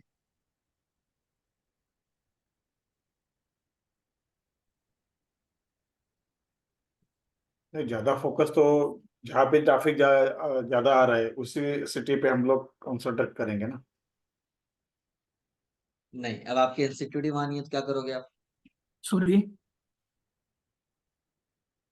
आपकी इंस्टीट्यूट सपोज पुणे में है, मुंबई में है, नागपुर में नहीं है। अब आपको दिखा रहा है पुणे मुंबई में इंस्टीट्यूट है तो वहां से तो ट्रैफिक आ रही है, बट आपको नागपुर से भी ट्रैफिक आ रही है, अहमदाबाद से भी आ रही है, और भी सिटीज से आ रही है जहाँ पे आपका इंस्टीट्यूट नहीं है। तो अब इस चीज को कैसे करेंगे? हम टारगेट करके ऐड तो रन कर देंगे, हो सकता है जितने अभी ट्रैफिक आ रही है उससे 50% और ट्रैफिक बढ़ जाए। क्यों? क्योंकि आपने ऐड रन किया। लेकिन जब आपका इंस्टीट्यूट ही नहीं है तो फिर कैसे अप्रोच करोगे? हम्म। देखो, दो चीज है। हम्म। यदि मैं ऑनलाइन कोर्स के लिए जा रहा हूँ तो मेरे लिए सिटी मैटर नहीं करता, हाँ, क्योंकि मैं ऑनलाइन पुणे में हूँ, मुंबई में हूँ, खास कहीं भी खास हूँ, से मैं ऑल भी ओवर कर इंडिया, सकते हो। All over the world target कर सकता है। ओके। ठीक है। तो मेरे को यदि ऑनलाइन कोर्स को प्रमोट करना है तो उसके लिए तो यहाँ पे मेरे को दिख रहा है, तो मैं बाकी सिटी के कंपेयर में जहां से ऑलरेडी ट्रैफिक आ रही है उसी हम्म। सिटी में अप्रोच करूंगा तो मेरे को ज्यादा बिजनेस मिलेगा चांस। दूसरी चीज, यदि मैं ऑफलाइन के हिसाब से सोचूं तो ऑफलाइन में तो अभी मेरे इंस्टीट्यूट पूरी जगह नहीं है, बट फिर हम्म। भी यदि ट्रैफिक आ रही है तो मैं इस डेटा का यूज कर सकता हूँ। कैसे यूज कर सकता हूँ? कि फॉर एग्जाम्पल मेरे को अपना बिजनेस स्पेंड करना है हम्म। और बड़ा बनाना है। मैं प्लान कर रहा हूँ कि मैं अलग अलग सिटीज में अपनी ब्रांच ओपन करूं, बट आपके पास यदि सपोज ये डेटा नहीं है और इस डेटा को बिना एनालाइज किए या बिना कोई नॉलेज आपने पुणे मुंबई में किया, चलो ज्यादा डिस्टेंस नहीं है, क्राउड अच्छी है, सक्सेसफुल हो गया। आप बिना सोचे समझे सपोज आप नासिक में इंस्टीट्यूट ओपन करते हो, तो एक बात बताओ, इंक्वायरी कितनी आएगी नहीं आएगी वो तो बात की बात है। या कोई भी सिटी में ओपन करते हो, आपको महीने का फिक्स एक्सपेंस तो लगेगा, क्योंकि आप एकदम से कोई भी सिटी में जगह तो खरीद के काम नहीं चालू करोगे, रेंट पे चलेगा। सही तो बात आपको है। मंथली रेंट देना है, स्टाफ की सैलरी देनी है, इलेक्ट्रिसिटी आपको पे करना है, इंटरनेट का बिल पे करना है। मतलब घूम फिर के महीने का लाख रुपए आपको खर्चा करना ही है, चाहे एडमिशन आए या ना आए। सही बात है। अब बिना नॉलेज के यदि आपने इंस्टीट्यूट ओपन किया और महीने का लाख रुपए आपका एक्सपेंस है, तो उसको रिकवर कैसे करोगे? एटलीस्ट चलो प्रॉफिट ना हो बट लॉस भी नहीं होना चाहिए। तो उस केस में लक आपका साथ देगा, या तो रिजल्ट आ भी सकता है या तो नहीं भी आ सकता। 4-5 महीने साल भर लॉस में जा सकता है, अंडरस्टूड है, क्योंकि हर बिजनेस एकदम से आगे नहीं बढ़ता। लेकिन आपको यदि बिना उसके पहले से पता चल जा रहा है कि यार पुणे मुंबई के बाद नागपुर से बहुत ज्यादा ट्रैफिक आ रही है, हमारे इंस्टीट्यूट अभी वहां नहीं है, फिर भी ट्रैफिक आ रही है, मतलब लोग नागपुर से पुणे ट्रेवल कर रहे हैं एजुकेशन के लिए। हम्म। और यही चीज यदि मैं नागपुर में ओपन करता हूँ, तो जहां पे मेरे पास अभी 125 ट्रैफिक आ रही है हर महीने, मैं बोलता हूँ कि चलो इंक्रीज ना भी हो, फिर भी हम एसईओ करेंगे, एड रन करेंगे तो ट्रैफिक बढ़ेगी, फिर भी नहीं भी बढ़ती है, मैं मानता हूँ कि नहीं बढ़ेगी, इतनी ट्रैफिक महीने भर में आती है। तो महीने में 100-150 ट्रैफिक में से 5 स्टूडेंट तो एडमिशन लेंगे, ज्यादा नहीं तो हम्म। 5 भी लेंगे, तो आपका खर्चा निकल गया। ओके। तो बोलने का मतलब क्या है, आपको यहाँ से डेटा से ये समझ में आ रहा है कि कौन सी सिटी में आपके प्रोडक्ट और सर्विस की अभी डिमांड है। और है वो तो छोड़ो, सब जगह है, बट बिना कुछ किए यदि आपके पास इंक्वायरी आ रही है, इंक्वायरी इन द सेंस आपकी वेबसाइट को लोग विजिट कर रहे हैं, तो सोचो यदि आपका प्रेजेंस वहां पे होगा तो थोड़ा सा ट्रस्ट लेवल इंक्रीज हो जाएगा। हो सकता है कि जो लोग अभी नागपुर से इंक्वायरी कर रहे हैं उसमें से हो सकता है 5% लोग एडमिशन लेते हो, लेकिन वही चीज इंस्टीट्यूट आपकी पुणे के साथ साथ वहां भी खुल जाए, तो वैसे भी ट्रैफिक थी, लेकिन अब इंक्वायरी करेंगे तो पता चल रहा है कि आप ही की सिटी में लोग हैं, मतलब इंस्टीट्यूट है, थोड़ा सा वेटेज और बढ़ जाएगा। तो हम वैसा भी प्लान कर सकते हैं। बाकी चीज ये डेटा तो हमको काम आता है एड रन करने के लिए, एनालिटिक्स का जितना भी डेटा है ये मैक्सिमम तर यूज होता है एड रन करने के लिए, कि कौन सी सिटी को अप्रोच करना है, सामने वाले का एज क्या है, जेंडर क्या है, इंटरेस्ट क्या है, उसके हिसाब से आप टारगेट करते हैं। ठीक है। तो यहाँ पे आपके पास डेमोग्राफिक में बहुत सारे ऑप्शंस है, मतलब ये यूजर के बारे में सिटी वाइज आप टारगेट कर सकते हो। आपको रीजन मतलब स्टेट वाइज एनालाइज करना है तो स्टेट वाइज डेटा एनालाइज कर सकते हो। आपको एज वाइज करना है, तो यहाँ पे मैं एज पे आता हूँ, तो एज के हिसाब से बताएगा कि कौन कौन से एज ग्रुप वाले यूजर ने आपकी वेबसाइट को विजिट किया। अब इससे हमको ये समझ में आता है कि जब आप एड रन करोगे आगे फ्यूचर में, तो आपको समझ में आता है कि अच्छा 18 से लगभग 40-45 साल के लोग हैं, ये सबसे ज्यादा एक कोर्स करते हैं, उसके बाद एकदम ना के बराबर है। तो हमारा क्योंकि इसमें मेन सर फोकस किस में रहेगा, ऑर्गेनिक, 18 से 35 साल। बोलिए। इसमें सर ऑर्गेनिक भी इंक्लूडिंग है क्या, जो एज का है? ये सब मिक्स है, यहाँ सब Yes. मिक्स है। ओके, क्योंकि ठीक है, अभी आप जितने भी लोग ग्रुप यूजर में। आपकी वेबसाइट को विजिट किए थे वो टोटल है। ठीक है। अब आपको यदि सेकेंडरी कंडीशन लगानी है, फॉर एग्जांपल ये देखना है कि पेड कितने थे और ऑर्गेनिक कितने थे, तो आपको यहाँ पे बाजू में प्लस का ऑप्शन दिख रहा है, हम्म। प्लस में जाके आप कंडीशन लगा सकते हो कि आपको क्या चेक करना है। आपको यूजर देखना है जिसके आपको ट्रैफिक देखना है, ठीक है, यूजर देखना है, न्यू यूजर देखना है, यहाँ पे अलग अलग ऑप्शंस आपके पास है। ठीक है। या डायरेक्ट आप यहाँ पे सर्च कर सकते हो, जैसे कि मेरे को देखना है सपोज ऑर्गेनिक, लेकिन ऑर्गेनिक को क्या बोलते हो, मीडियम, तो आपको मीडियम सर्च करना पड़ेगा, ये रहा। ठीक है। मीडियम बाय यूजर में सर्च करता हूँ,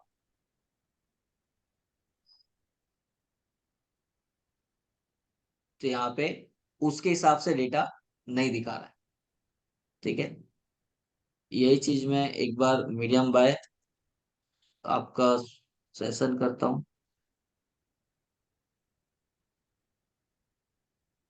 नहीं दिखा रहा, मतलब सेकेंडरी डायमेंशन अभी इसका काम नहीं कर रहा है।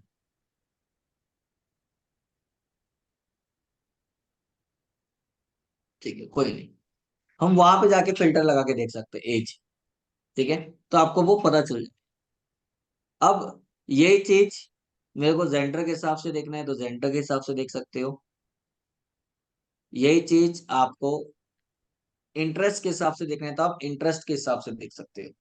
ठीक है ये, ठीक है। अब आपको बता रहे कि जितने लोगों ने भी आपकी वेबसाइट को विजिट किया था उसका इंटरेस्ट क्या था, तो बता रहे टेक्नोलॉजी में इंटरेस्ट रखने वाले 429 यूजर्स थे, लाइफस्टाइल एंड हॉबी में विजिट करने वाले 393 लोग थे। तो ये सब आपको डेटा दिखा रहा है कि जितने लोगों ने भी आपकी वेबसाइट को विजिट किया उनका इंटरेस्ट, लॉन्ग टर्म इंटरेस्ट क्या था। ठीक है। तो कहीं ना कहीं जरूरी नहीं कि हर एक डेटा हमारे बिजनेस के काम का हो, बट गूगल इतना डेटा दिखाता है कि उसमें से हमको जो यूज करना है वो हम यूज करके देख सकते हैं। ठीक है। तो ये हम्म। यूजर के बारे में बता रहा था। यही चीज थोड़ा सा टेक में जाओगे तो वो आपकी डिवाइस के बारे में बताएगा। तो यहाँ पे मैं टेक में आता हूँ। टेक में आने के बाद ओवरव्यू पे आते हैं। अब आप ये सोचो कि गूगल कितना डीप हमें ट्रैक करता है, तब तो डेटा एनालाइज मतलब डेटा आपको बताता है। तो यहाँ पे दिखा रहा है कि ओवरव्यू में 100% लोगों ने वेबसाइट विजिट किया लास्ट 30 मिनट से 5, ये आपको साइड में एक कॉलम सब में दिखाएगा ही दिखाएगा। अब क्या दिखा रहा है, लगभग जितने भी यूजर ने आपकी वेबसाइट विजिट की थी उसमें से 1200 मतलब 1175 लोगों ने एंड्रॉइड से विजिट किया था, 1000 विंडो, फिर iOS, Macintosh, Linux, Chrome OS, ये सब ऑपरेटिंग सिस्टम अलग अलग बता रहा है। ठीक है। मोबाइल से कितने थे, डेस्कटॉप से कितने थे, टैबलेट से कितने थे, कौन कौन सा ब्राउजर यूज किया था, सबसे ज्यादा क्रोम और सफारी आपको दिख रहा है। डिवाइस कौन सा यूज किया, ये सब, रिजोल्यूशन, स्क्रीन का रिजोल्यूशन क्या था। अब इसको डिटेल में देखना है तो टेक डिटेल पे आ जाओ या उसमें से किसी ऑप्शन पे क्लिक करो, आपको यहाँ पे डिटेल दिखेगा। क्या डिटेल दिखेगा, ये रहा। ऊपर में लिखा हुआ है ना ब्राउजर, तो हम्म। आपको यहाँ पे पूरा ब्राउजर के हिसाब से दिखा रहा है कि क्रोम ब्राउजर से कितने लोग आए, सफारी से कितने लोग आए, क्या है। अब एक बार बताओ इसका यूज कैसे करें। ठीक है, कोई भी यूजर किसी से भी आए, चाहे क्रोम यूज करे चाहे सफारी यूज करे, कुछ भी यूज करे, उससे हमको क्या लेना देना। क्या समझ में आ रहा है इससे आपको।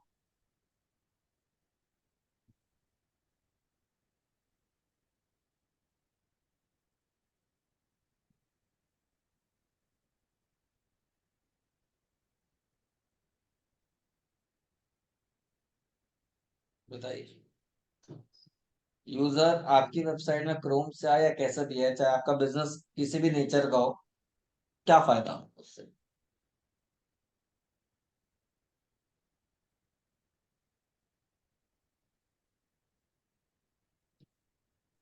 ये सर्च इंजन के हिसाब से बोल रहे हो सर, क्या मतलब ऐसे? क्या चीज। मतलब सर्च इंजन के हिसाब से बोल रहे हो कि फायदा बेनिफिट्स का? नहीं, ब्राउजर अलग होता है, सर्च इंजन अलग होता है। सर्च इंजन मतलब गूगल हो गया, याहू हो गया, बिंग हो गया, बिंग वो हो है। गया, यस। ब्राउजर जो है वो क्रोम, फायरवॉक्स हो सफारी, गया, इंटरनेट, मोजिला हो गया, ये सब। हाँ, ये सब अलग अलग होते हैं। तो यस। इससे मेरे को क्या लेना देना, यूजर गूगल यूज करे, कुछ भी यूज करे, बट वो क्रोम में गूगल ओपन करे या फायरफॉक्स में करे या सफारी में करे, उससे मेरे को क्या, मेरे को तो मेरी वेबसाइट ओपन होगी ना। ठीक है, बट आपको बताया जा रहा है कि क्रोम ब्राउजर से सबसे ज्यादा यूजर ने वेबसाइट विजिट किया। इसका मतलब आपको ये तो दिख रहा है कि क्रोम से आ रहे हैं, तो इससे हम कैसे बेनिफिट ले सकते हैं, एनालाइज कर सकते हैं। हम, हमारे बिजनेस के लिए ब्राउजर मैटर नहीं करता, लेकिन हमको ये तो मैटर करता है कि हमारी वेबसाइट क्रोम में प्रॉपर ओपन हो रही है कि नहीं। क्योंकि जब हम्म। वेबसाइट बनती है तो ब्राउजर कंपेटिबिलिटी चेक होती है। हालांकि हम्म। ये सारा छोटे छोटे टेक्निकल चीजें हमको ध्यान नहीं रहता, और न ही डेवलपर उतना ध्यान रखता है। लेकिन आज की डेट में जितनी भी टेक्नोलॉजी यूज होती है, चाहे आप वर्डप्रेस ले लो या एचटीएमएल ले लो, पीएचपी ले लो, या प्रॉपर कोडिंग करके जो भी आप मान लो, सबके सब आज की डेट में सारे ब्राउजर को वो मेंटेन करती है या कंपेटेबिलिटी चेक होती है, वो ध्यान रखती है। लेकिन फिर भी जब हमको यहाँ पे डेटा मिल रहा है तो डेटा दिखाने का कुछ तो मतलब होगा ना। गूगल ऐसे ही तो टाइम पास करने के लिए इतनी मेहनत करके इतना डेटाबेस बनाएगा नहीं कि आपको हम्म। ये भी डेटा दिखाए। तो कहीं ना कहीं उससे कुछ ना कुछ तो फायदा होता होगा। तो आपको यहाँ पे जो ब्राउजर दिखा रहा है वो ये बता रहा है कि कौन कौन से ब्राउजर से यूजर आ रहे हैं। हमारे बिजनेस के लिए नो डाउट किसी काम का नहीं है, लेकिन हमारे लिए एक काम का जरूर है कि हम ये चेक करें कि हमारी वेबसाइट सारे ब्राउजर पे, या एटलीस्ट टॉप 5 ब्राउजर जिसपे सबसे ज्यादा यूजर विजिट कर रहे हैं या ओपन कर रहे हैं, उसमें हमारी वेबसाइट का लुक एंड फील कैसा है, कहीं कोई डिस्टरबेंस कोई प्रॉब्लम तो नहीं है। ठीक है। ओके। तो वो आप खुद ओपन करके भी देख सकते हो, या अपने डेवलपर को बोलोगे तो वो भी अपने लेवल पे क्रॉस चेक करके देख सकता है। ठीक है। क्योंकि इन केस यदि आपको दिख रहा है कि क्रोम में सबसे ज्यादा विजिटर आ रहे हैं और किसी रीजन से आपकी वेबसाइट का लुक एंड फील क्रोम में प्रॉपर नहीं है या सपोर्टेड नहीं है, तब क्या करोगे। आधे से ज्यादा ट्रैफिक गया। ठीक है। तो कहीं ना कहीं आप क्रॉस चेक कर सकते हो ताकि एटलीस्ट ट्रैफिक आए तो कुछ ना कुछ एक्टिविटी करे, एंगेज हो। क्योंकि यूजर तो किसी न किसी बहाने वेबसाइट को विजिट करेगा, बट उस ब्राउजर पे आपको लुक एंड फील अच्छा नहीं होगा तो वेबसाइट तुरंत बंद करके चला जाएगा, इससे हमारा ही लॉस है। ठीक है, तो वो आपको ध्यान रखना है। क्लियर है? यही चीज डिवाइस कैटेगरी में सर्च करोगे तो आपको बताएगा मोबाइल, डेस्कटॉप, टैबलेट से कितने लोग आए, ये रहा जो हमने पहले देख लिया था। यही चीज डिवाइस मॉडल पे आओगे तो आपको डिवाइस का मॉडल मतलब आपको पूरी डिटेल दिखाएगा, ये रहा। ठीक है, क्रोम से कितने लोग आए, आईफोन से कितने लोग आए, सफारी, ये तो मिक्स कर दिया उसने डेटा, बट आपको मॉडल नंबर भी दिखा रहा है। मैं थोड़ा सा डेटा इंक्रीज करता हूँ, 100 तक कर देता हूँ, क्योंकि हमको यहाँ पे दिखा रहा है 520 डेटा है। तो आपको दिखा रहा है अलग अलग डिवाइस का मॉडल नंबर, सारी चीज दिखा रहा है कि कौन कौन से फोन यूज करके या टैब यूज करके यूजर ने हमारी वेबसाइट को विजिट किया है। दिख रहा है ये?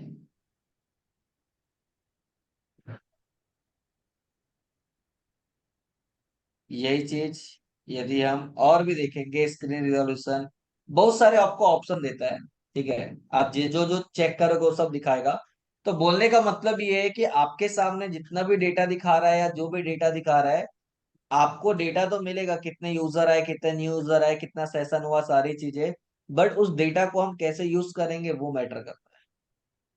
ठीक है, मेन आप कैसे याद रखो, एक्विजिशन का मतलब यूजर हमारी वेबसाइट तक कैसे पहुंचा, उसके अंदर जो भी है वो यूजर के बारे में है कि यूजर वेबसाइट में कैसे आया, गूगल के थ्रू आया, फेसबुक के थ्रू आया या अदर तरीके से आया। इंगेजमेंट मतलब वेबसाइट में आने के बाद उसने किया क्या, एक फ्लो वाइज। अब वेबसाइट में आ गया तो उसके बाद उसने कुछ एक्टिविटी की क्या, कुछ परचेज किया क्या, तो वो मोनेटाइजेशन में बताएगा। अब वो सब चीज हो गया, तो अब यूजर के बारे में डेटा देखना है तो यूजर के टैब में आपको पता चलेगा कि यूजर इंडिया से आया था या कौन सा मोबाइल लेके आया था, कितनी देर वेबसाइट पे रुका था। ठीक है, कौन सा फोन था या डेस्कटॉप था या टैबलेट था, सारा डेटा फिर आपको यूजर के सेक्शन में मिले। ठीक है, तो ये चीजें आप एनालाइज कर सकते हो, तो आप उसके हिसाब से, हो सकता है कि सारे टैब आपके काम के ना हो सकता है कुछ चीज आपके काम की हो, तो उसको एनालाइज करके आप जब एड रन करोगे या आगे की कुछ स्ट्रेटेजी प्लान करोगे तो उसके हिसाब से आप आइडिया ले सकते।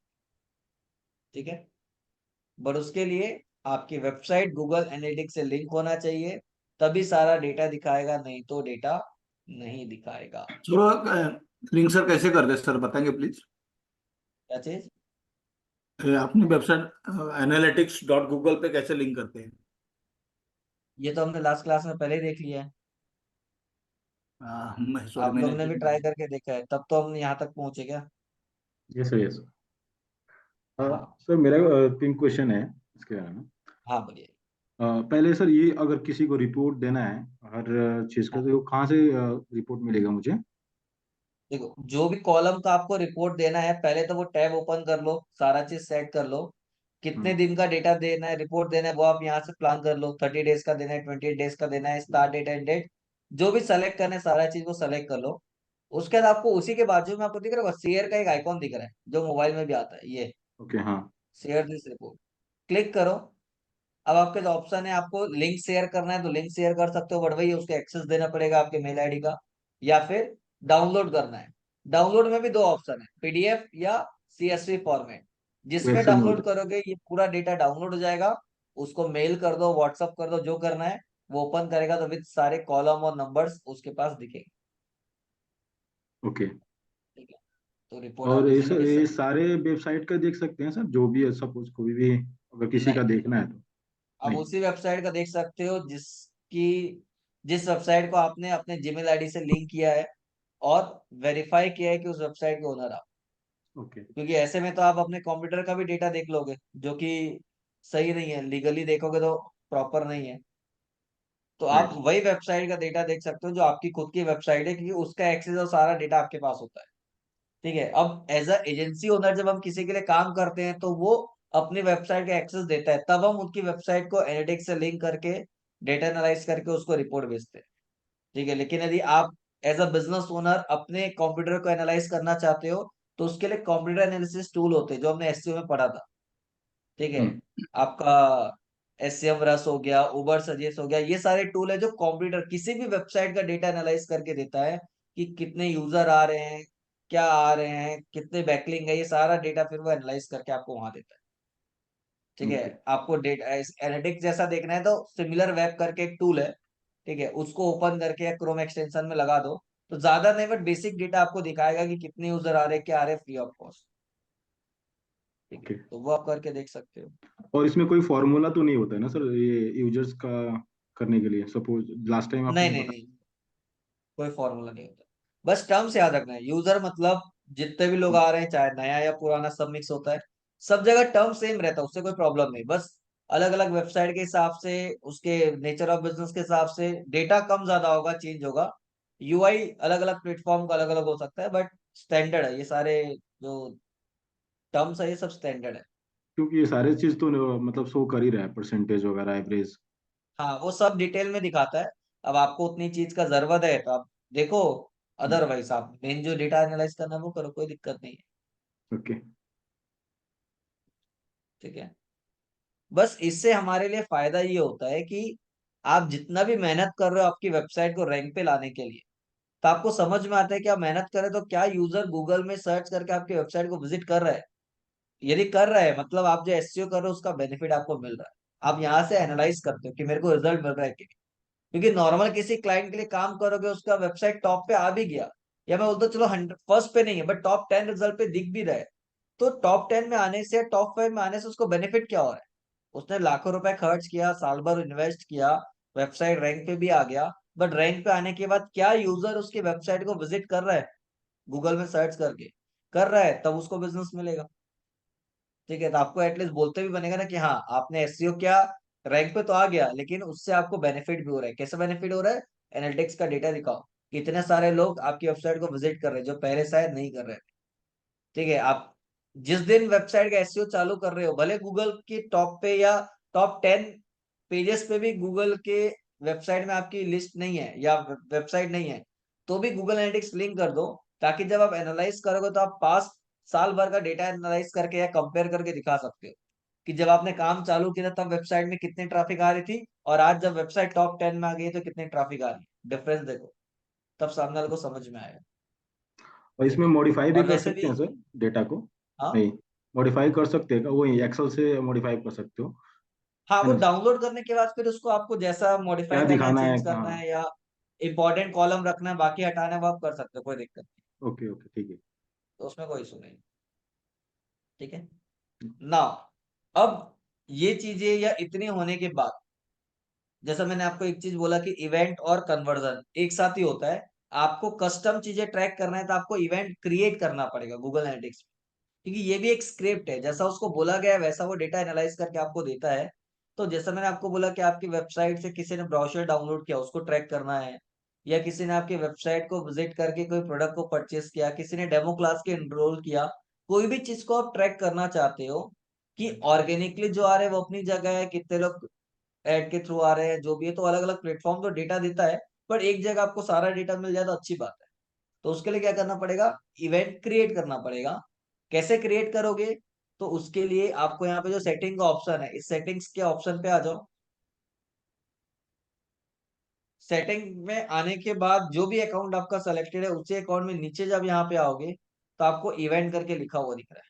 ठीक है, कन्वर्जन भी है, बट अब इवेंट क्रिएट करोगे तो साथ साथ में कन्वर्जन का ऑप्शन देता है, तो आपको अलग से करने की जरूरत नहीं है। ठीक है, तो मैं यहाँ पे इवेंट पे आता हूँ। अब क्रिएट इवेंट, ठीक है, यहाँ पे आपको दिखा रहा है ये सारे इवेंट, और जैसे कि यहाँ पे दिखा है नवी मुंबई पेज विजिटर, ऐसे नाम गूगल स्टैंडर्ड नहीं देता है, इसका मतलब सर ने बनाया हुआ है। ठीक है, तो यहाँ पे आप क्रिएट इवेंट पे आ जाओ। अब क्रिएट, जैसे यहाँ पे आओगे तो आपको दिखा रहे हैं क्या, इवेंट का नाम, जो भी नाम, तो ई कॉमर्स के हिसाब से बाय डिफॉल्ट लिस्ट तो देता है कि किसी ने पेमेंट इन्फो डाला, किसी ने ऐड टू कार्ट किया, किसी ने ऐड टू विश लिस्ट किया, जो भी आपको ट्रैक करना है। मैं बोलता हूँ कि मेरे को जितने लोगों ने भी मेरी वेबसाइट में जाके डेमो क्लास के लिए एनरोल किया उसको ट्रैक करना है, या ब्राउजर को डाउनलोड किया उसको ट्रैक करना है, जो भी ट्रैक करना है उसका नाम डाल। तो मैंने यहाँ पे बोल दिया demo class, demo class enroll, ये स्पेस नहीं लेगा। ठीक है, अब नीचे मैचिंग कंडीशन में इवेंट नेम का एज इट इज रखना, तो जो यहाँ पे डाला है वही नाम यहाँ फैच कर लेगा। उसके बाद कंडीशन को हमेशा इक्वल रहने दो, हालांकि और भी कंडीशंस है बट हमारे लिए काम का इक्वल्स है। अब वैल्यू, वैल्यू का मतलब क्या होता है कि अब ये सर्च, ये स्क्रिप्ट है, एक प्रोग्राम है, प्लेटफॉर्म जो है कोई मैनुअल बंदा नहीं जो एनालाइज करके आपको आउटपुट देता है।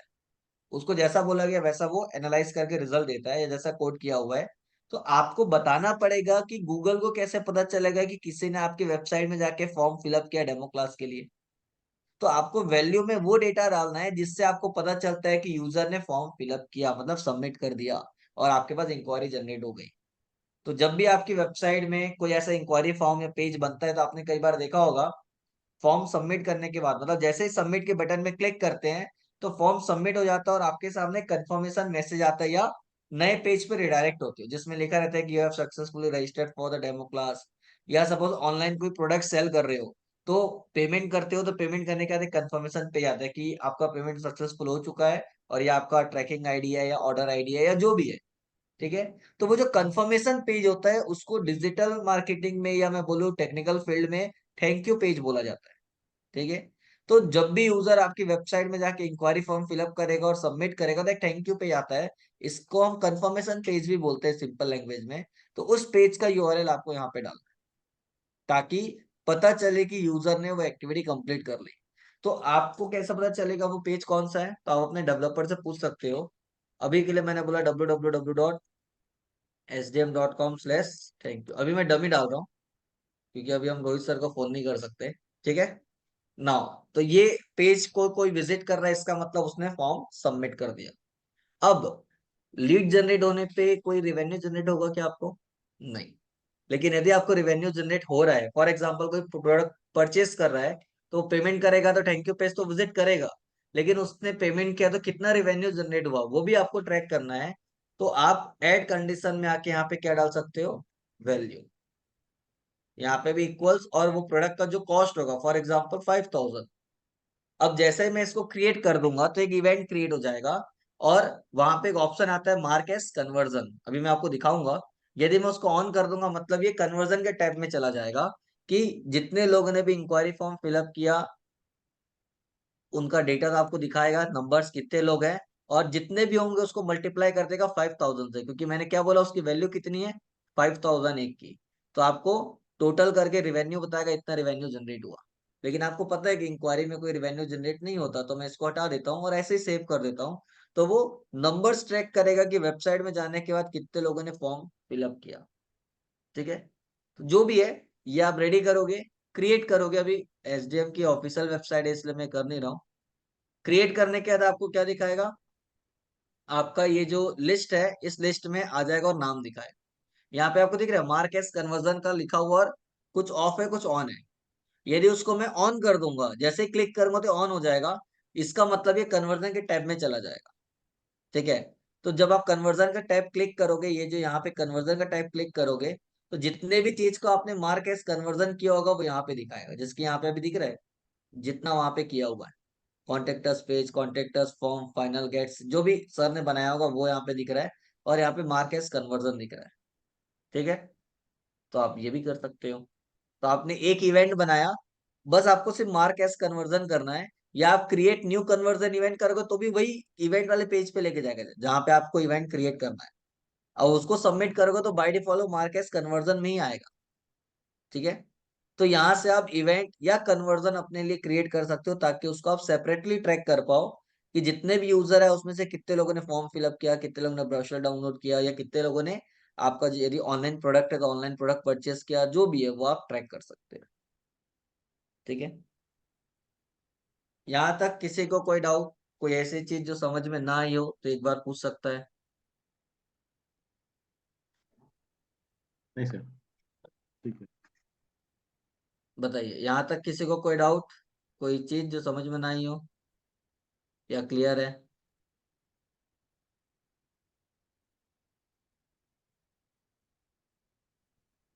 ये कन्वर्जन जो नेम है सर, ये बना हुआ है ना ऑलरेडी वैल्यू का पहले से? कन्वर्जन नेम नहीं, हमको बनाना पड़ता है, मतलब हम जो चाहे वो लिख सकते हैं। हाँ, मतलब ये जो नीचे बना हुआ है सारे पेजेस के नेम है? ये सब बनाए गए हैं, मतलब बनाए गए। कन्वर्जन बाय डिफॉल्ट कुछ भी नहीं होता, आपको बनाना पड़ता है। इवेंट बाय डिफॉल्ट होता है, इवेंट में जाओगे तो कुछ स्टैंडर्ड जो है वो बाय डिफॉल्ट आपको मिलेंगे नाम के साथ। जैसे कि पेज व्यू हो गया, स्क्रीन हो गया, मतलब आपको स्क्रॉल हो गया, क्लिक हो गया, ये सब स्टैंडर्ड आपको बाय डिफॉल्ट मिलेंगे। ये रहे, ठीक है, फर्स्ट टाइम विजिटर हो गए, ये सब आपको स्टैंडर्ड मिलेंगे। लेकिन उसके अलावा और बहुत सारे ऐसे हैं जो आपको पढ़ के समझ में आएगा कि ऐसा नहीं हो सकता, उसका मतलब उसको बनाया गया है। ठीक है, तो वो चीज आप कर सकते हो। यहाँ तक सबको क्लियर है? Yes sir. कहीं कोई ऐसी चीज जो समझ में ना आई हो तो पूछ सकते हो, नहीं तो फिर आप अपने लेवल पे प्रैक्टिस कर सकते हो ओपन करके।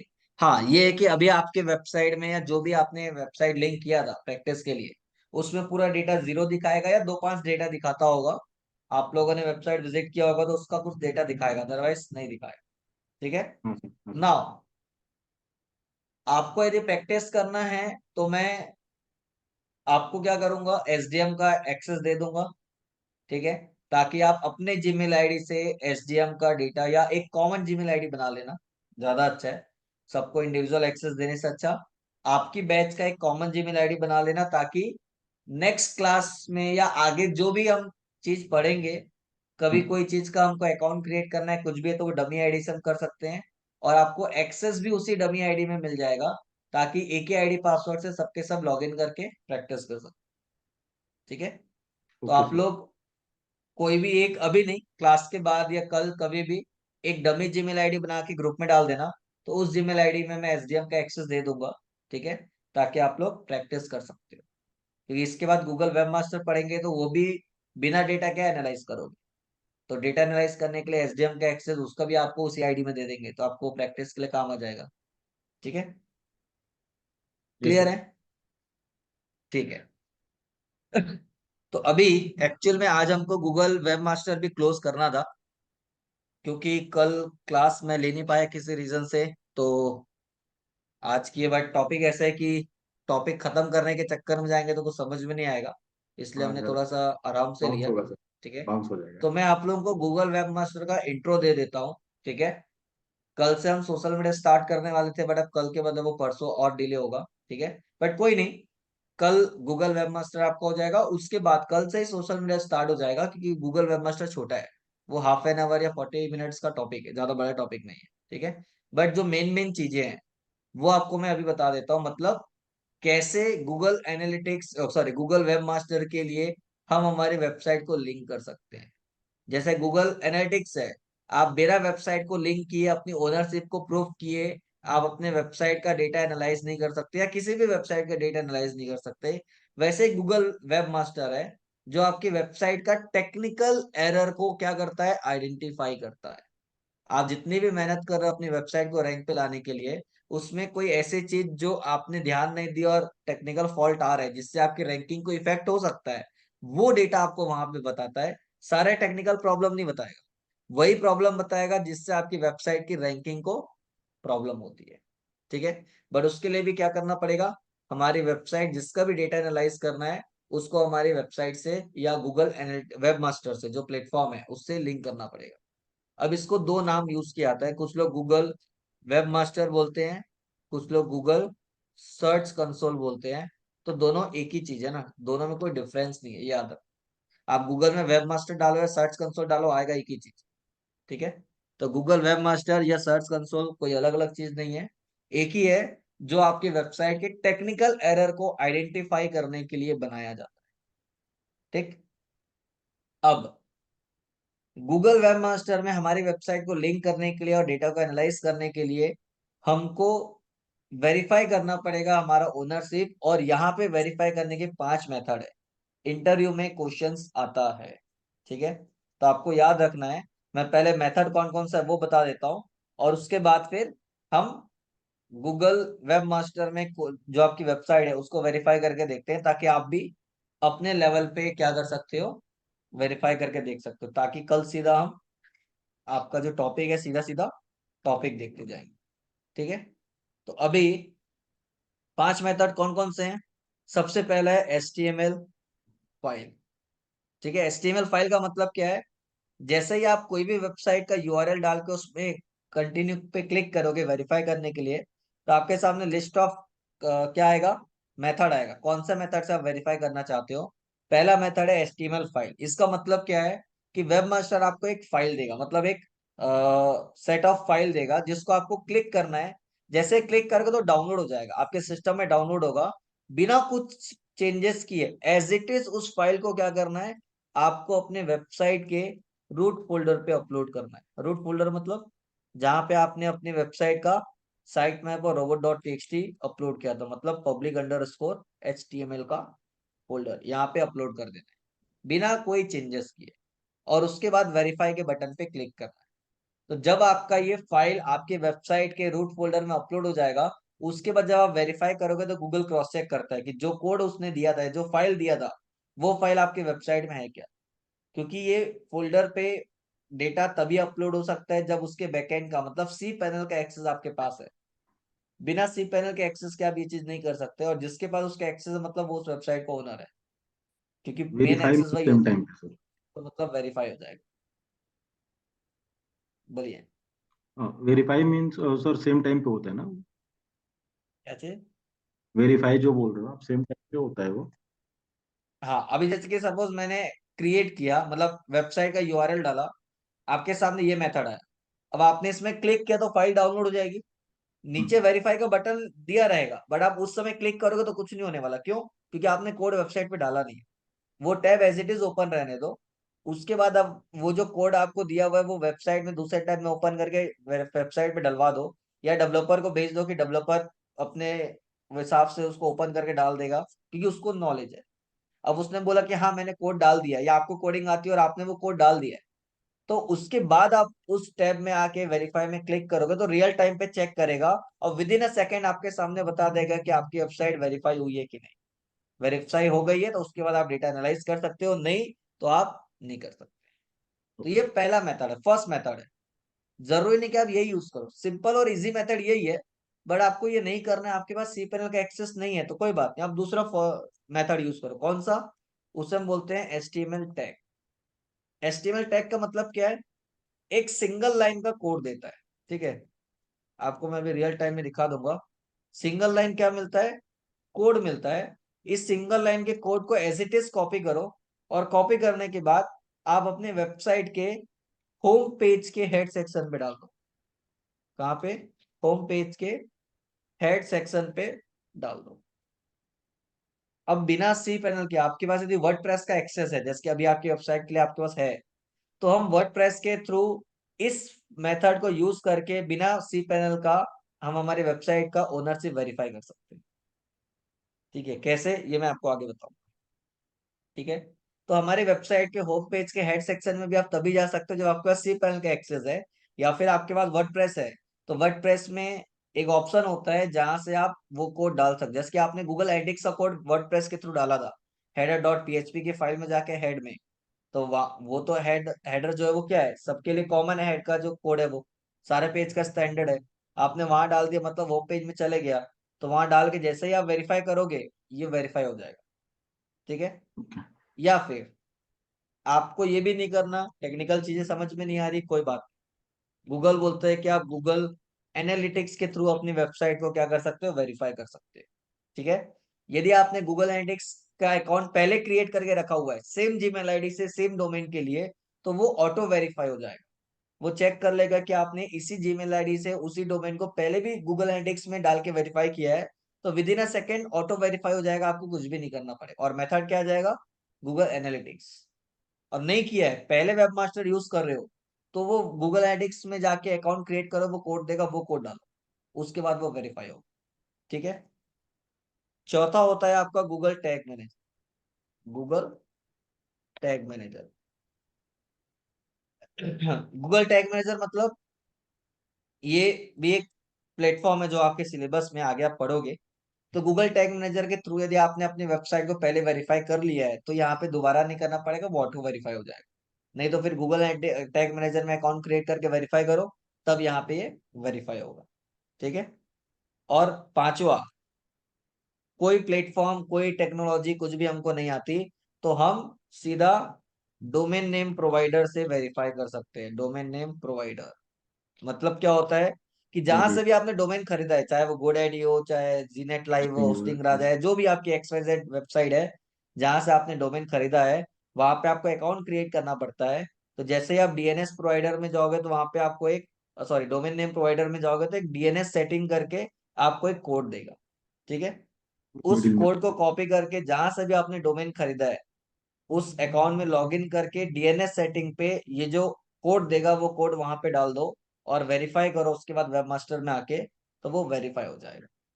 ठीक है, तो आपके पास ये 5 मेथड है, इसमें से कोई भी एक मेथड यूज करके आप अपनी वेबसाइट को वेरीफाई कर सकते हो। ओके। क्लियर यहाँ पे? Yes sir. कैसे करना है मैं आपको एक बार करके दिखा रहा हूँ ताकि आप लोग भी प्रैक्टिस करके देख सकते हो, फिर बाकी का टैब हम बाद में देखेंगे। तो अभी हमने कल कौन सा, या लास्ट क्लास में कौन सा जीमेल आईडी यूज किया था देखते हैं, ताकि ऑटो वेरीफाई हो जाए। ठीक है, Google web master, get started, search console. अब मेरे इस जीमेल आईडी से बहुत सारी वेबसाइट लिंक है, मतलब यहाँ पे आपको प्रॉपर्टी में दिखाएगा। ठीक है, ये आपके सामने करोगे तो ऐड प्रॉपर्टी में जाओ। ठीक है, अरे यार ये तो मेरा ऑफिशियल है। देखो मैं इस आईडी से नहीं करता, मैं दूसरे आईडी से दिखाता हूँ, gmail.com। हमने लास्ट टाइम कौन सा यूज किया था, एक्सेलेंस डिजिटल एकेडमी यूज किया था ना। Excellence।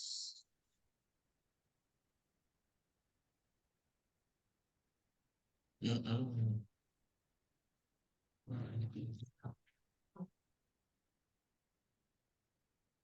चलो यहाँ पे नहीं आएगा, इधर आएगा।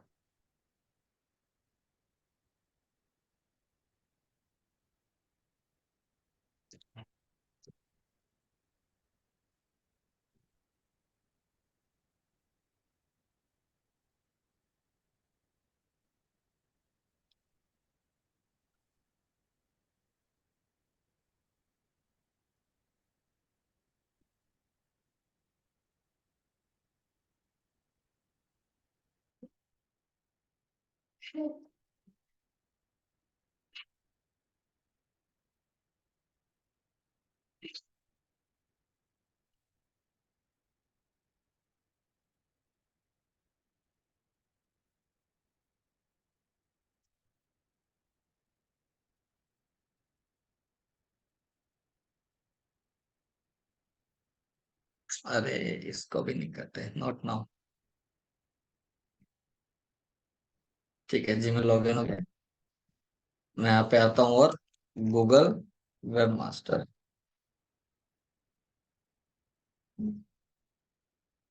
Get started, search console. Now अब आपको यहाँ पे दिख रहा है दो ऑप्शन, यहाँ पे यूआरएल प्रीफिक्स में जाना है और जो भी आपका डोमेन है, जैसे कि अभी क्या है विंटर वाला, इसको कॉपी किया पूरा यूआरएल, जैसा HTTPS तो एस और नहीं है तो नहीं। इसको मैं कंटिन्यू करूंगा तो वो चेक कर रहा है वेरिफिकेशन मेथड, मतलब कैसे वेरीफाई हो सकता है। यहाँ पे मेरे पास उसने ऑप्शन दिया। ठीक है, मतलब इस जीमेल आईडी से मैंने शायद इस वेबसाइट के एनालिटिक्स को यूज नहीं किया है, कोई और आईडी यूज हुआ होगा। कोई बात नहीं, आपके पास यहाँ पे मेथड है। ठीक है, क्या मेथड है, हमारे पास cPanel का एक्सेस नहीं है लेकिन हमारे पास HTML टैग का ऑप्शन है, तो मैं यहाँ पे आता हूँ।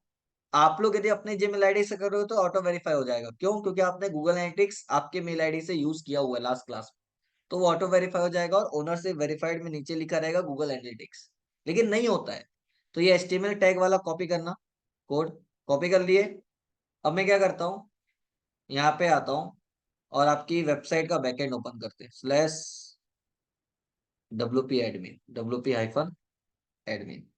और ये जो कोड हमने कॉपी किया उसको मैं यहाँ पे पेस्ट कर देता हूँ। ठीक है, अब क्योंकि आप वर्डप्रेस यूज कर रहे हो तो वर्डप्रेस में ना प्लगइन होता है जो हमने पहले यूज किया था, कौन सा, तो हम पहले ये ओपन करते हैं बैकएंड।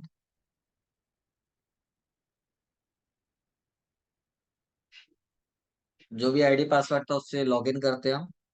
लॉगिन करने के बाद यहाँ पे हम आ जाते हैं। और आप लोगों ने all in one SEO plugin use किया है?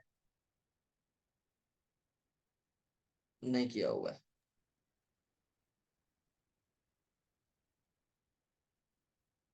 ये सारा अलग अलग प्लगइन यूज किया हुआ है। ठीक है, कोई बात नहीं। रैंक मैथ यूज किया है। यहाँ पे आपको दिख रहा है वेब मास्टर का टूल कैसे आए। रैंक मैथ में जनरल सेटिंग्स पे आए, जनरल सेटिंग में आने के बाद वेब मास्टर टूल। यहाँ पे आपको दिख रहा है enter your Google search console HTML code और आईडी। ये तो यहाँ पे जो ये आईडी है, या तो पूरा का पूरा डाल सकते हो या फिर ये आईडी। तो ये जो आईडी होता है इसको क्या बोलते हैं, ये रहा। कंटेंट के अंदर जितना चीज लिखा है ये आपकी आईडी है। बाकी का कोड स्टैंडर्ड है बाय डिफॉल्ट, वो एज इट इज रहता है, खाली चेंज ये आईडी होता है। तो आपने जो प्लगइन यूज किया उसकी वजह से वो स्टैंडर्ड कोड रहता है। तो खाली ये आईडी कॉपी करो इन्वर्टेड कॉमा के अंदर वाला, और यहाँ पे मैं सर्च कंसोल में आके पेस्ट कर देता हूँ। और नीचे आके मैं क्या करता हूँ, सेव चेंजेस। तो ये हो गया, यहाँ पे हमने डाल दिया। अब रियल टाइम पे आप ही लोगों के सामने हमने डाल दिया, इसलिए यहाँ पे आके वेरीफाई में क्लिक करते हैं। ये लाइव आपकी वेबसाइट को चेक करेगा, क्या बोल रहा है, ओनरशिप वेरिफिकेशन फेल्ड, कहीं ना कहीं कुछ को प्रॉब्लम मिली है। ठीक है, हम यहाँ पे आते हैं, एक बार फिर से देखते हैं क्या दिक्कत आ रही है। नहीं तो पूरा का पूरा कोड डाल देंगे यहाँ पे। आपका ये वाला टूल शायद नहीं ले रहा होगा, तो ये पूरा का पूरा एक लाइन का कोड हमने कॉपी किया। और यहाँ पे आते हैं, पेस्ट करते हैं, सेव चेंजेस। और अब यहाँ पे आके वेरीफाई पे क्लिक कर। एचटीएमएल टैग नहीं, फाइल नहीं, एचटीएमएल टैग है, ये रहा।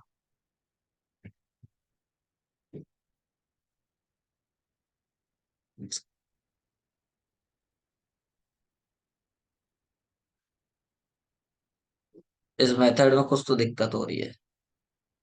ठीक है, हम एक काम करते हैं, दूसरा प्लगइन यूज करते हैं। आपका ये प्लगइन में शायद दिक्कत है। क्या करते हैं, प्लगइन में आके ऐड न्यू प्लगइन।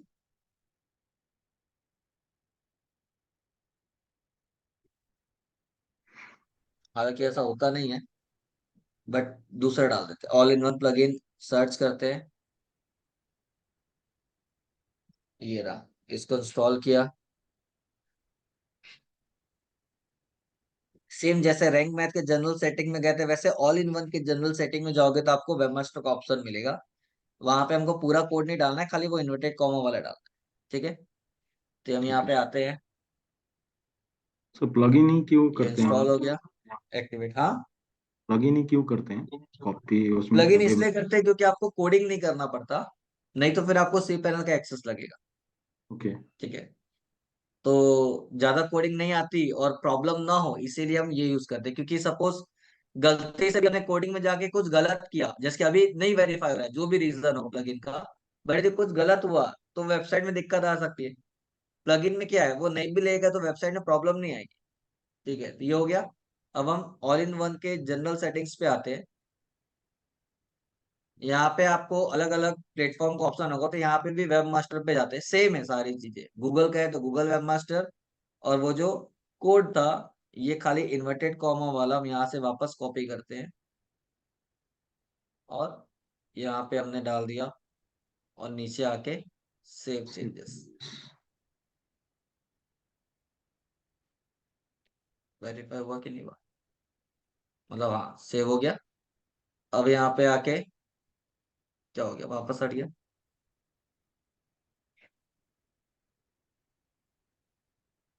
देखो, पहले नाटक कर रहा था, अभी क्या बोल रहा है, एचटीएमएल टैग वेरीफाइड दिखा रहा है।